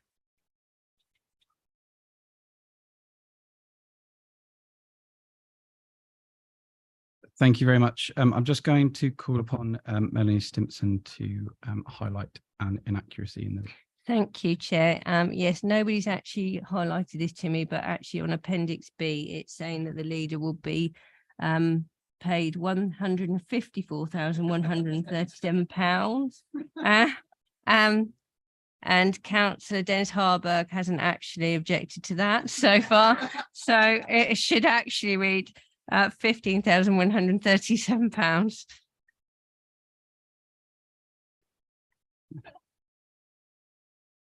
Thank you very much for that clarification before we went to the to vote on that. Is there any debate, therefore, on the substantive motion?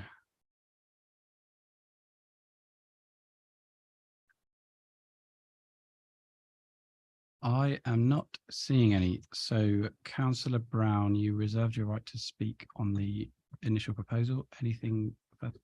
No, I don't want to say anything. I'm happy to. Yeah, we've voted on the amendment. Yeah. Thank you. And Councillor Dennis Harburg, is there anything you would like to say in summary? Very succinctly, thank you, everyone. Can we move to the vote, Chair? We absolutely can. So we are voting on the motion as amended. Can we go to the vote, please?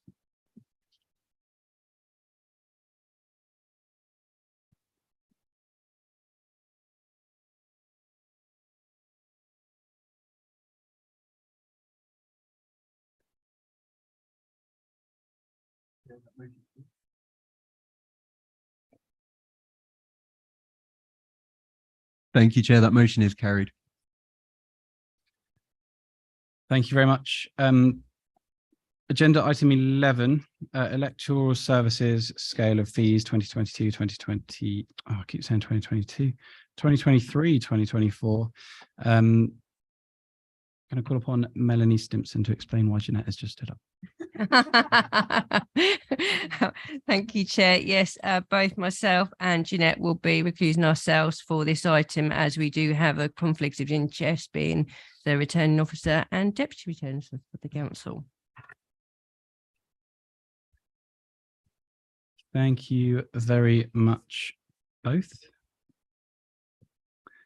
I will therefore call upon Ian Cooper, please, to present the report motion. Thank you, Chair. I'll give a brief introduction to the report. You are being asked tonight to approve the scale of fees as set out in Appendix A to the report.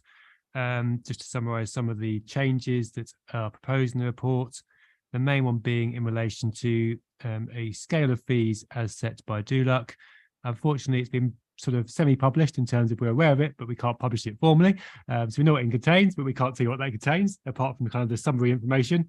But what it does contain is a series of bans against the various posts involved in elections, band of amounts of money to pay them per hour, and using that information and our experience of roles that are easy and difficult to recruit to. We have therefore proposed a series of fees for each of those roles that are to do with elections. Essentially, we will now be paying poll clerks and presiding officers on an hourly basis and increasing the amount they are paid in total on the basis those roles difficult to recruit to, but looking to decrease the amount paid to count staff so it falls within the bands that are set by DULUC, but at the top of those bands to reduce the disruption to those particular roles. That kind of sort of the general theme for all those kind of posts. There's then a section in relation to canvassing staff. In the past, they've been paid on a per returned form approach, but to remove the risk they could end up being paid below even the living wage, we will now be paying that on a hourly basis, particularly because the change to the way canvassing is done means that the properties had to visit are further apart, and therefore the prospect of returning a number of forms in an hourly period is reducing. So they'll be paid on that basis. It will end up costing us a bit more, but that's probably a fair way of reimbursing those people, particularly given the survey we did with them and the prospect of maybe having no canvassers next year on that basis was not what we want to go down. The last section of the report is around the fees for the returning officer, and there's sort of two elements of that. Firstly is the look to make the compensation in line with reality in terms of basing it on the number of wards or electoral areas being elected to, rather than number of electors, because actually the running of a poll of an area is the same amount of work whether there's a few more electors or not. But also applying a percentage increase to that role on the basis we have high levels of inflation, and this role has not had any inflationary increase for quite some time. So that's the basis of the recommendations in the report. Obviously happy to take any questions. Thank you very much. I am not seeing any indications for questions at the moment. I think this one has a slight typo as well. So I think the recommendation should read that the council agree the scale of fees for 2023-2024 as set out in Appendix A. Councillor Muir, was it a question for Mr. Cooper, or are you going to propose a question? Okay, if you could ask a question. I don't see anything in the report for polling stations.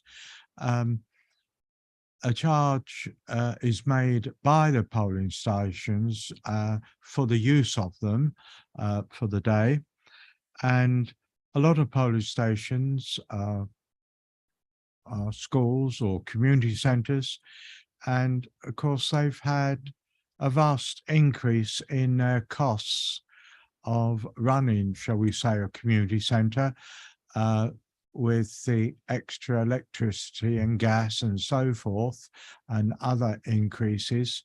So I'm just wondering, is there going to be a further paper on perhaps increases suggested for polling stations? Thank you, Councillor Muir. Mr. Cooper. as you allude to, that is outside the scope of support.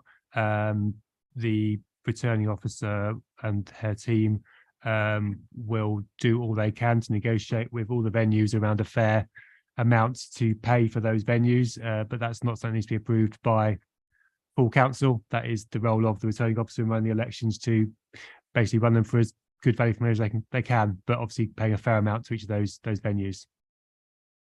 Thank you. Thank you very much. Councillor Plater, is this a question? Ask away.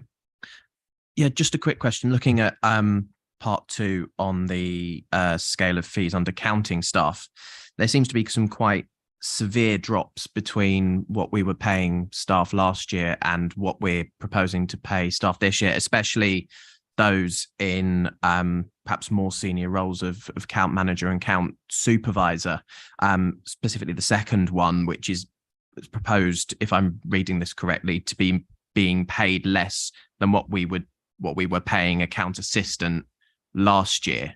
And I wonder if you could firstly just confirm that I've actually read the table right, and secondly, just talk a little bit as to why that particular decision was made. I think that's because it's going from a total fee to an hourly rate, but Mr. Cooper, just answer that. Yes, there is a reduction for those particular roles. That comes back to the DULUC recommended fees. They propose a much lower fee for those roles.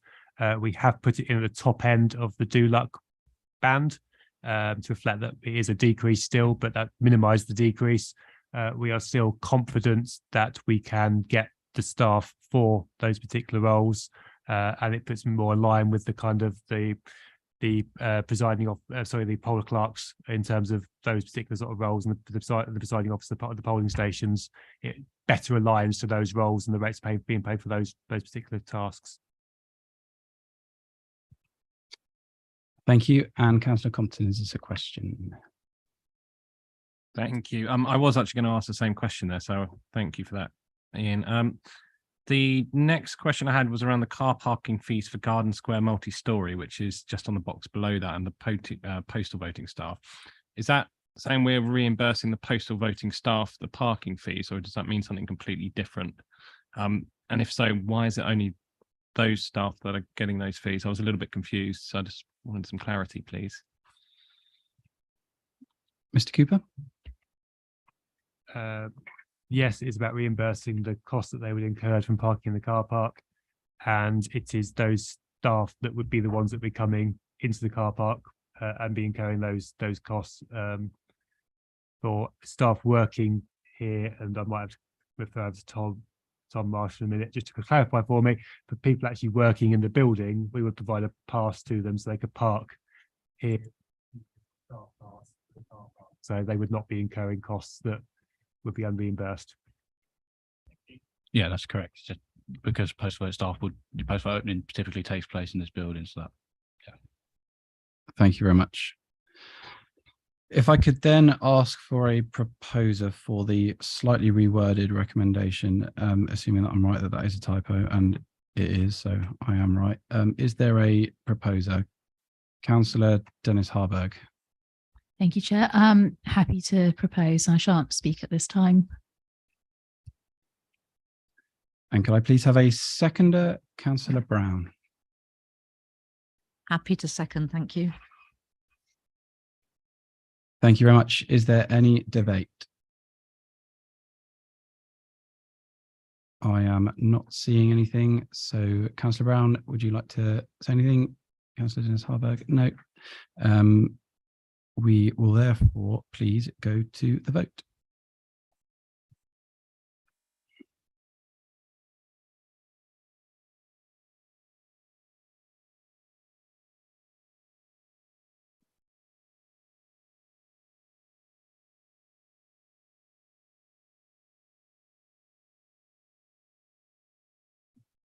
Chair, that motion is carried unanimously.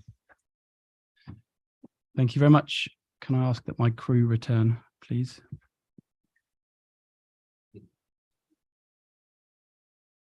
Squad.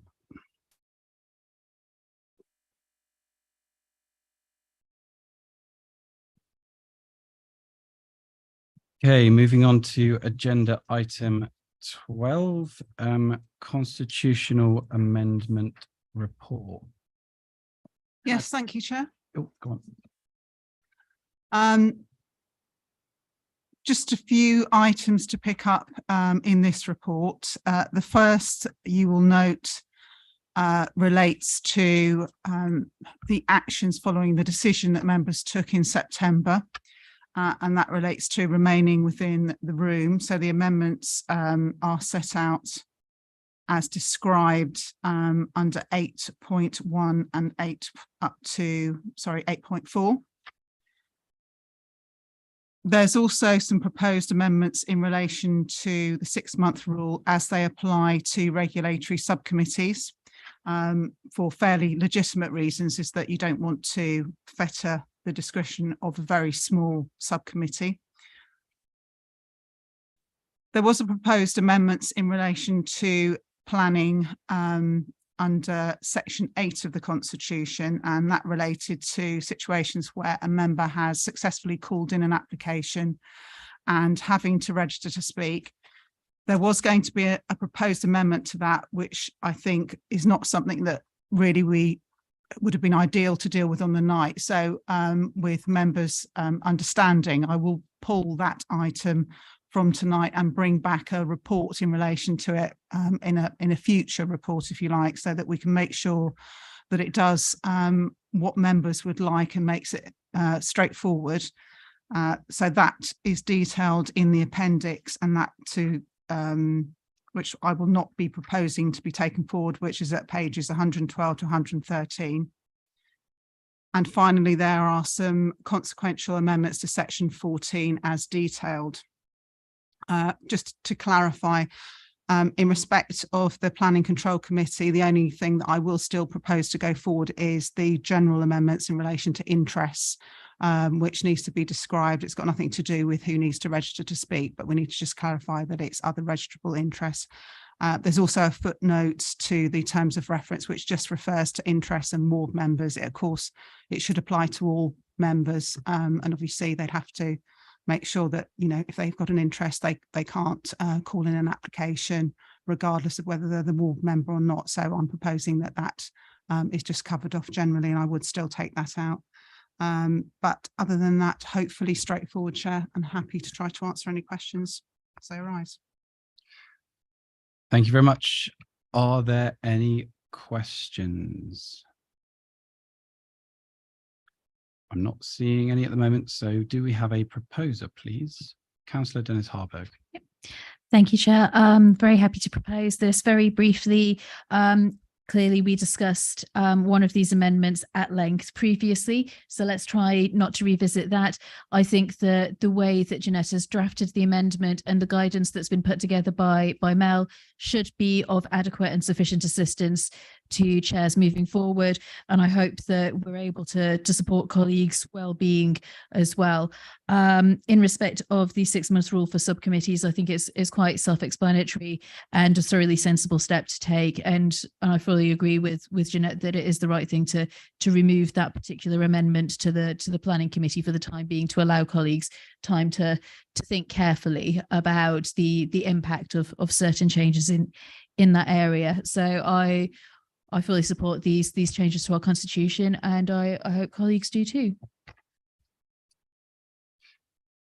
Thank you very much, Councillor Dennis Harburg. And can I call upon a seconder, Councillor Brown? Happy to second, reserve my right to speak. Thank you very much. Is there any debate?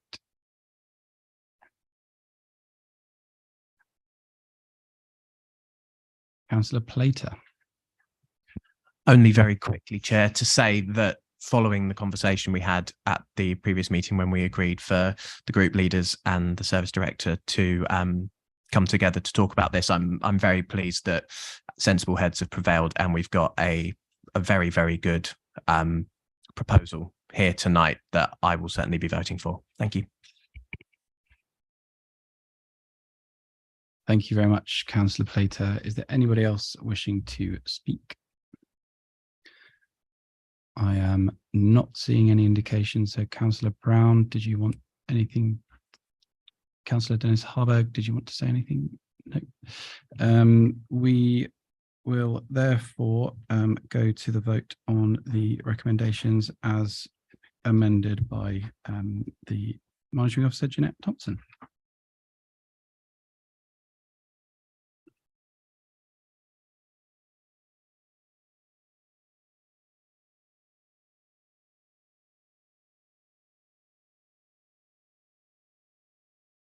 Chair, that motion's carried.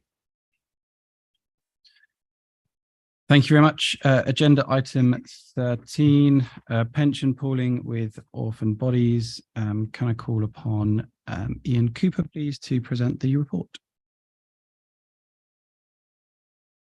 Thank you, Chair. Again, I'll just try and provide a brief summary of what's in the report. The report covers a number of different types of organisations and their links to the pension fund. We, as the district council, in some cases take on or can choose to take on responsibility for those bodies where they become orphaned, which is where they have no active members anymore and have gone through basically a cessation process, but you can't completely sort of cease to be part of the pension fund until you have no more members who are receiving a pension, which obviously takes quite a long time. So in that regard, the report makes recommendations in relation to 3 bodies, which are set out in the table 1 in paragraph 8.7. The sort of main one of those that the pension fund are interested in is the Letchworth of Garden City Council, and that essentially relates to a decision that's sort of been made by the council way back when the Garden City Town Council was disbanded. And in relation to the other 2, it sort of makes sense in terms of they are former contracts that the council held, and in all cases, based on the funding levels back in 2019, and therefore likelihood for the ongoing basis, they are well in surplus. For the Veolia one, quite a bit in surplus, and therefore it does help a little bit in terms of our pension fund position for the council as well by pooling with them, albeit these are very small in the kind of scale of the pension fund liabilities that the council has. So that's the base of the report. As per section 9, it's a requirement of council to approve that pooling arrangement, and so that's one thing to you tonight, and obviously have to go into more detail in areas you want me to. Thank you very much. Are there any questions? Councillor Hone. Thank you, Chairman. Not a question really, just I need to declare an interest as I am a substitute as the employer representative on Herts County Council Pension Board, and therefore I should declare an interest. In this particular interest, I will not vote. Thank you very much, Councillor Hone. Are there any questions? I am not seeing any indication, so can I please call upon someone to propose? Councillor Albert. Happy to propose, reserve the right. Thank you. And a seconder, Councillor Dennis Harburg. Happy to second and reserve my right to speak. Thank you very much. Is there any debate?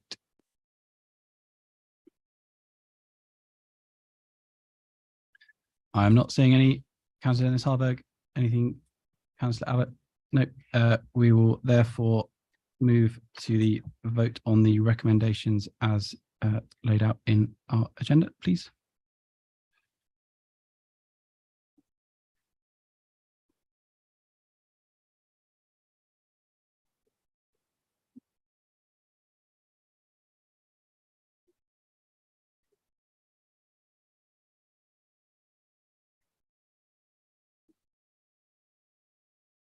Thank you, Chair. That motion is carried. Thank you very much. Agenda item 14, Churchgate update part 1. Can I please call upon Councillor Keith Hoskins to present? Yeah, thank you, Chairman. As you pointed out, there are 2 parts to this. Part 2 will deal with operational matters. Part 1 is really dealing with the necessary setup of the bureaucracy to then carry this forward, so that we're in a position once the phase 1 consultation finishes on the 4th or 5th of February to get on with it. So far, there have been 1,562 responses to the phase one consultation. And of that, I think we've got 197 who've signed up to get regular updates once they're forthcoming. So yeah, members are really just asked to note what's going on and know that they will be kept up to date. Overview and scrutiny, of course, will get a report at each of their meetings, as they do with everything to do with enterprise, and then it will come back to full council as well. Thank you. Thank you very much, Councillor Hoskins. So you are therefore proposing that council note the report, yes? Yes, I will propose that we note that, and just to say that there are officers online if there are questions. Thank you very much. And Councillor Albert. Happy to second, Chair, reserve the right. Brilliant. Thank you very much. Moving on to the debate. Is there any debate? Councillor Plater. Again, very quickly, Chair, just to say thank you to the Service Director for Enterprise, Steve Crowley, and the Enterprise Manager, Chloe Gray, along with other officers for their work on this report and their work in setting up the project. I think it's going to be fantastic. I look forward to seeing the project progress over the next couple of years. Absolutely. Thank you very much, Councillor Plater. Councillor Levitt. Thank you, Chair. Very brief one. 8.4.1, council appointed Brown and Lee Chartered Surveyors, and it sets out a list of services that they shall be responsible for. Can I take it that from earlier this evening, we'll be adding to that, consider meanwhile use options and alternative rental models as part of their role? Sorry, Councillor Levitt, I missed the last bit about rateable values. Was that? No, it's will they also consider meanwhile use options and alternative rental models? Thank you. If I can come back to Councillor Hoskins to either answer or divert to an officer to answer that question. Well, I'm quite happy to answer that, really, because the answer is yes, we consider absolutely everything, as we've said to businesses, residents and everybody else. We are effectively starting with a blank sheet of paper, so there is nothing off the agenda. Thank you, Councillor Hoskins. Was there anything further you wanted to add, Councillor Levitt? No. Councillor Morris. Thank you, Chairman. With any project as large as this, you obviously have a programme, because until it's actually up and running and built, doesn't mean very much. The programme at the moment runs up until August this year. I just wondered, is there actually a programme that we could look at that actually says, when we at least hope, I realise that programmes don't always go according to plan, but is there a programme that we're aiming for when we're likely to see this thing actually built? Thank you. Thanks, Councillor Morris. Councillor Hoskins.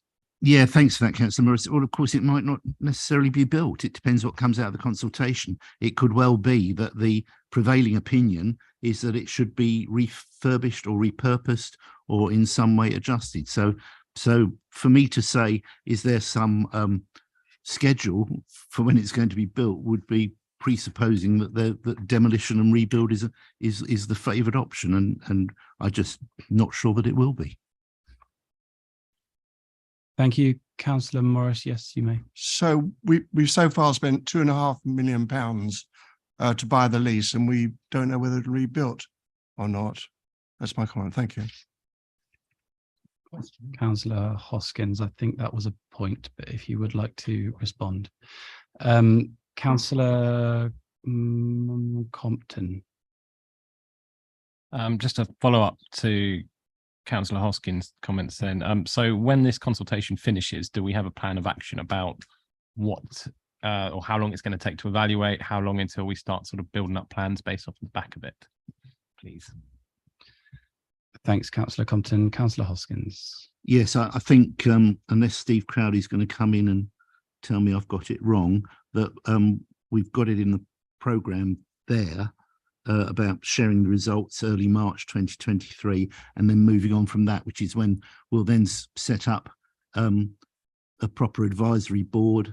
And then you'll see as you go through the programme that there are various dates for the digital hub going live, appointment of consultants, consultation phase 2, deliver the consultation of phase 2 and act upon the results of the consultation. So it's all in there, and there are dates in there. I'm not going to say like all these projects that get embarked upon that there won't be some slippage in the dates, but we've put something in there as a guide, and we'll be reporting those back to council and to overview and scrutiny. Thanks, Councillor Hoskins. Councillor Compton, do you have a supplementary question? Thanks. Sorry, Keith, I didn't make my question very clear because it did sound like I didn't know what you were talking about. What I meant was, from the consultation phase 2, once you've evaluated the consultation, have you got any sort of ideas about when you're looking to sort of put budget or money to what you need to do? Because at the moment it's June to August 2023, consultation phase 2, and looking to see how this can be made possible along the vision of the council. But actually, as far as going one step further and doing something, that's kind of where I was at with my question. Sorry if I wasn't clear. Thanks, Councillor Compton. I understand Steve Crowley wants to speak, but before he does, Councillor Hoskins has asked you, Steve, to come in if you... Thank you, Chair. So in the Appendix A, it does set out the key tasks. You're correct, it doesn't actually state the dates when we get past August of this year, but when we get to, as you see, June to August and August so forth, that's when we should have our consultants on board, and then we'll be working with them to then start to look at the other work past that date to then start putting dates against them. So we need to do the first phase, which we set out as in the report and also in the first appendix, which sets out the key dates which we're doing to start off with. And once we've done that piece of work, then we'll then move on to the second phase.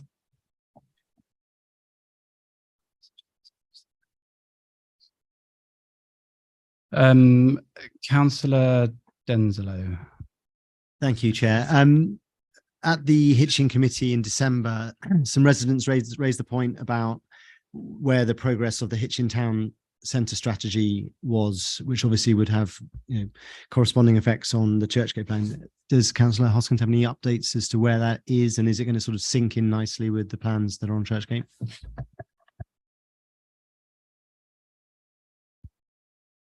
Councillor Hoskins.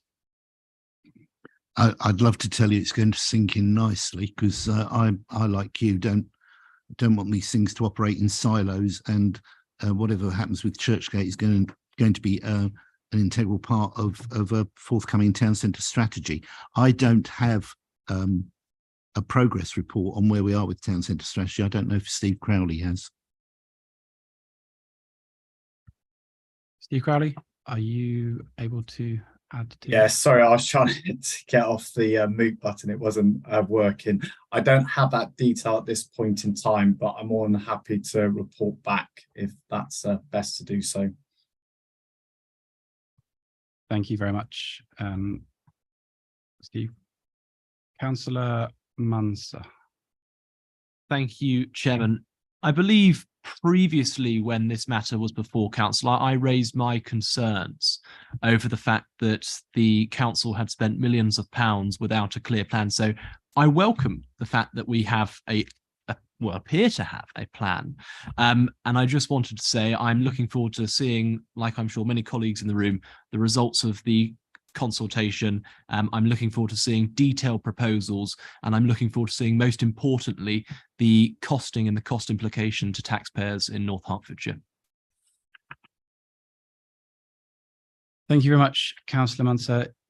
Is there anything that anybody would like to add to the debate?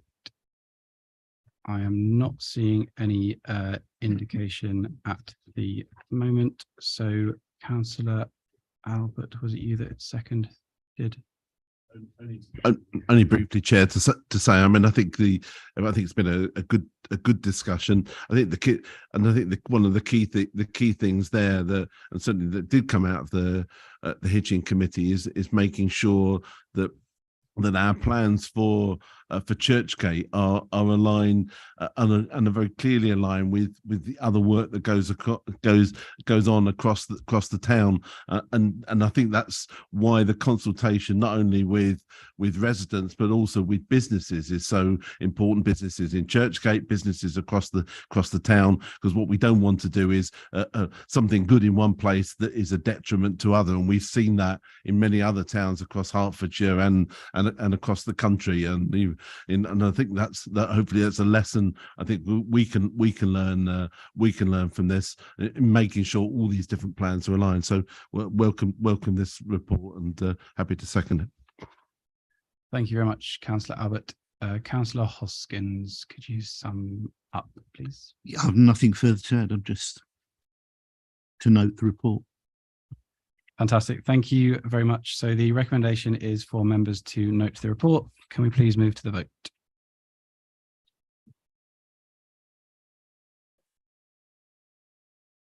We always vote even to note.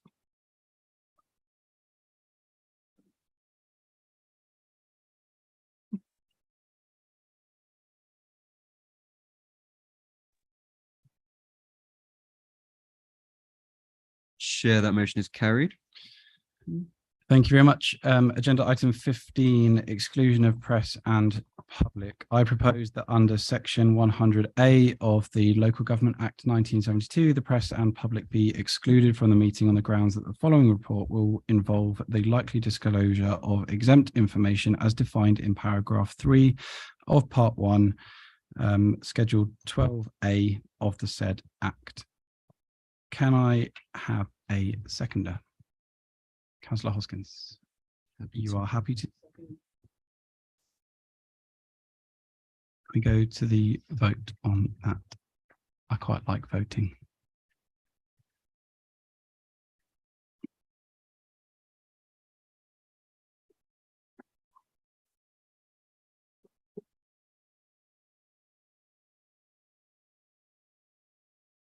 Thank you, Chair. That motion is carried. If we can just have a couple of minutes just to switch to part 2. Thank you very much.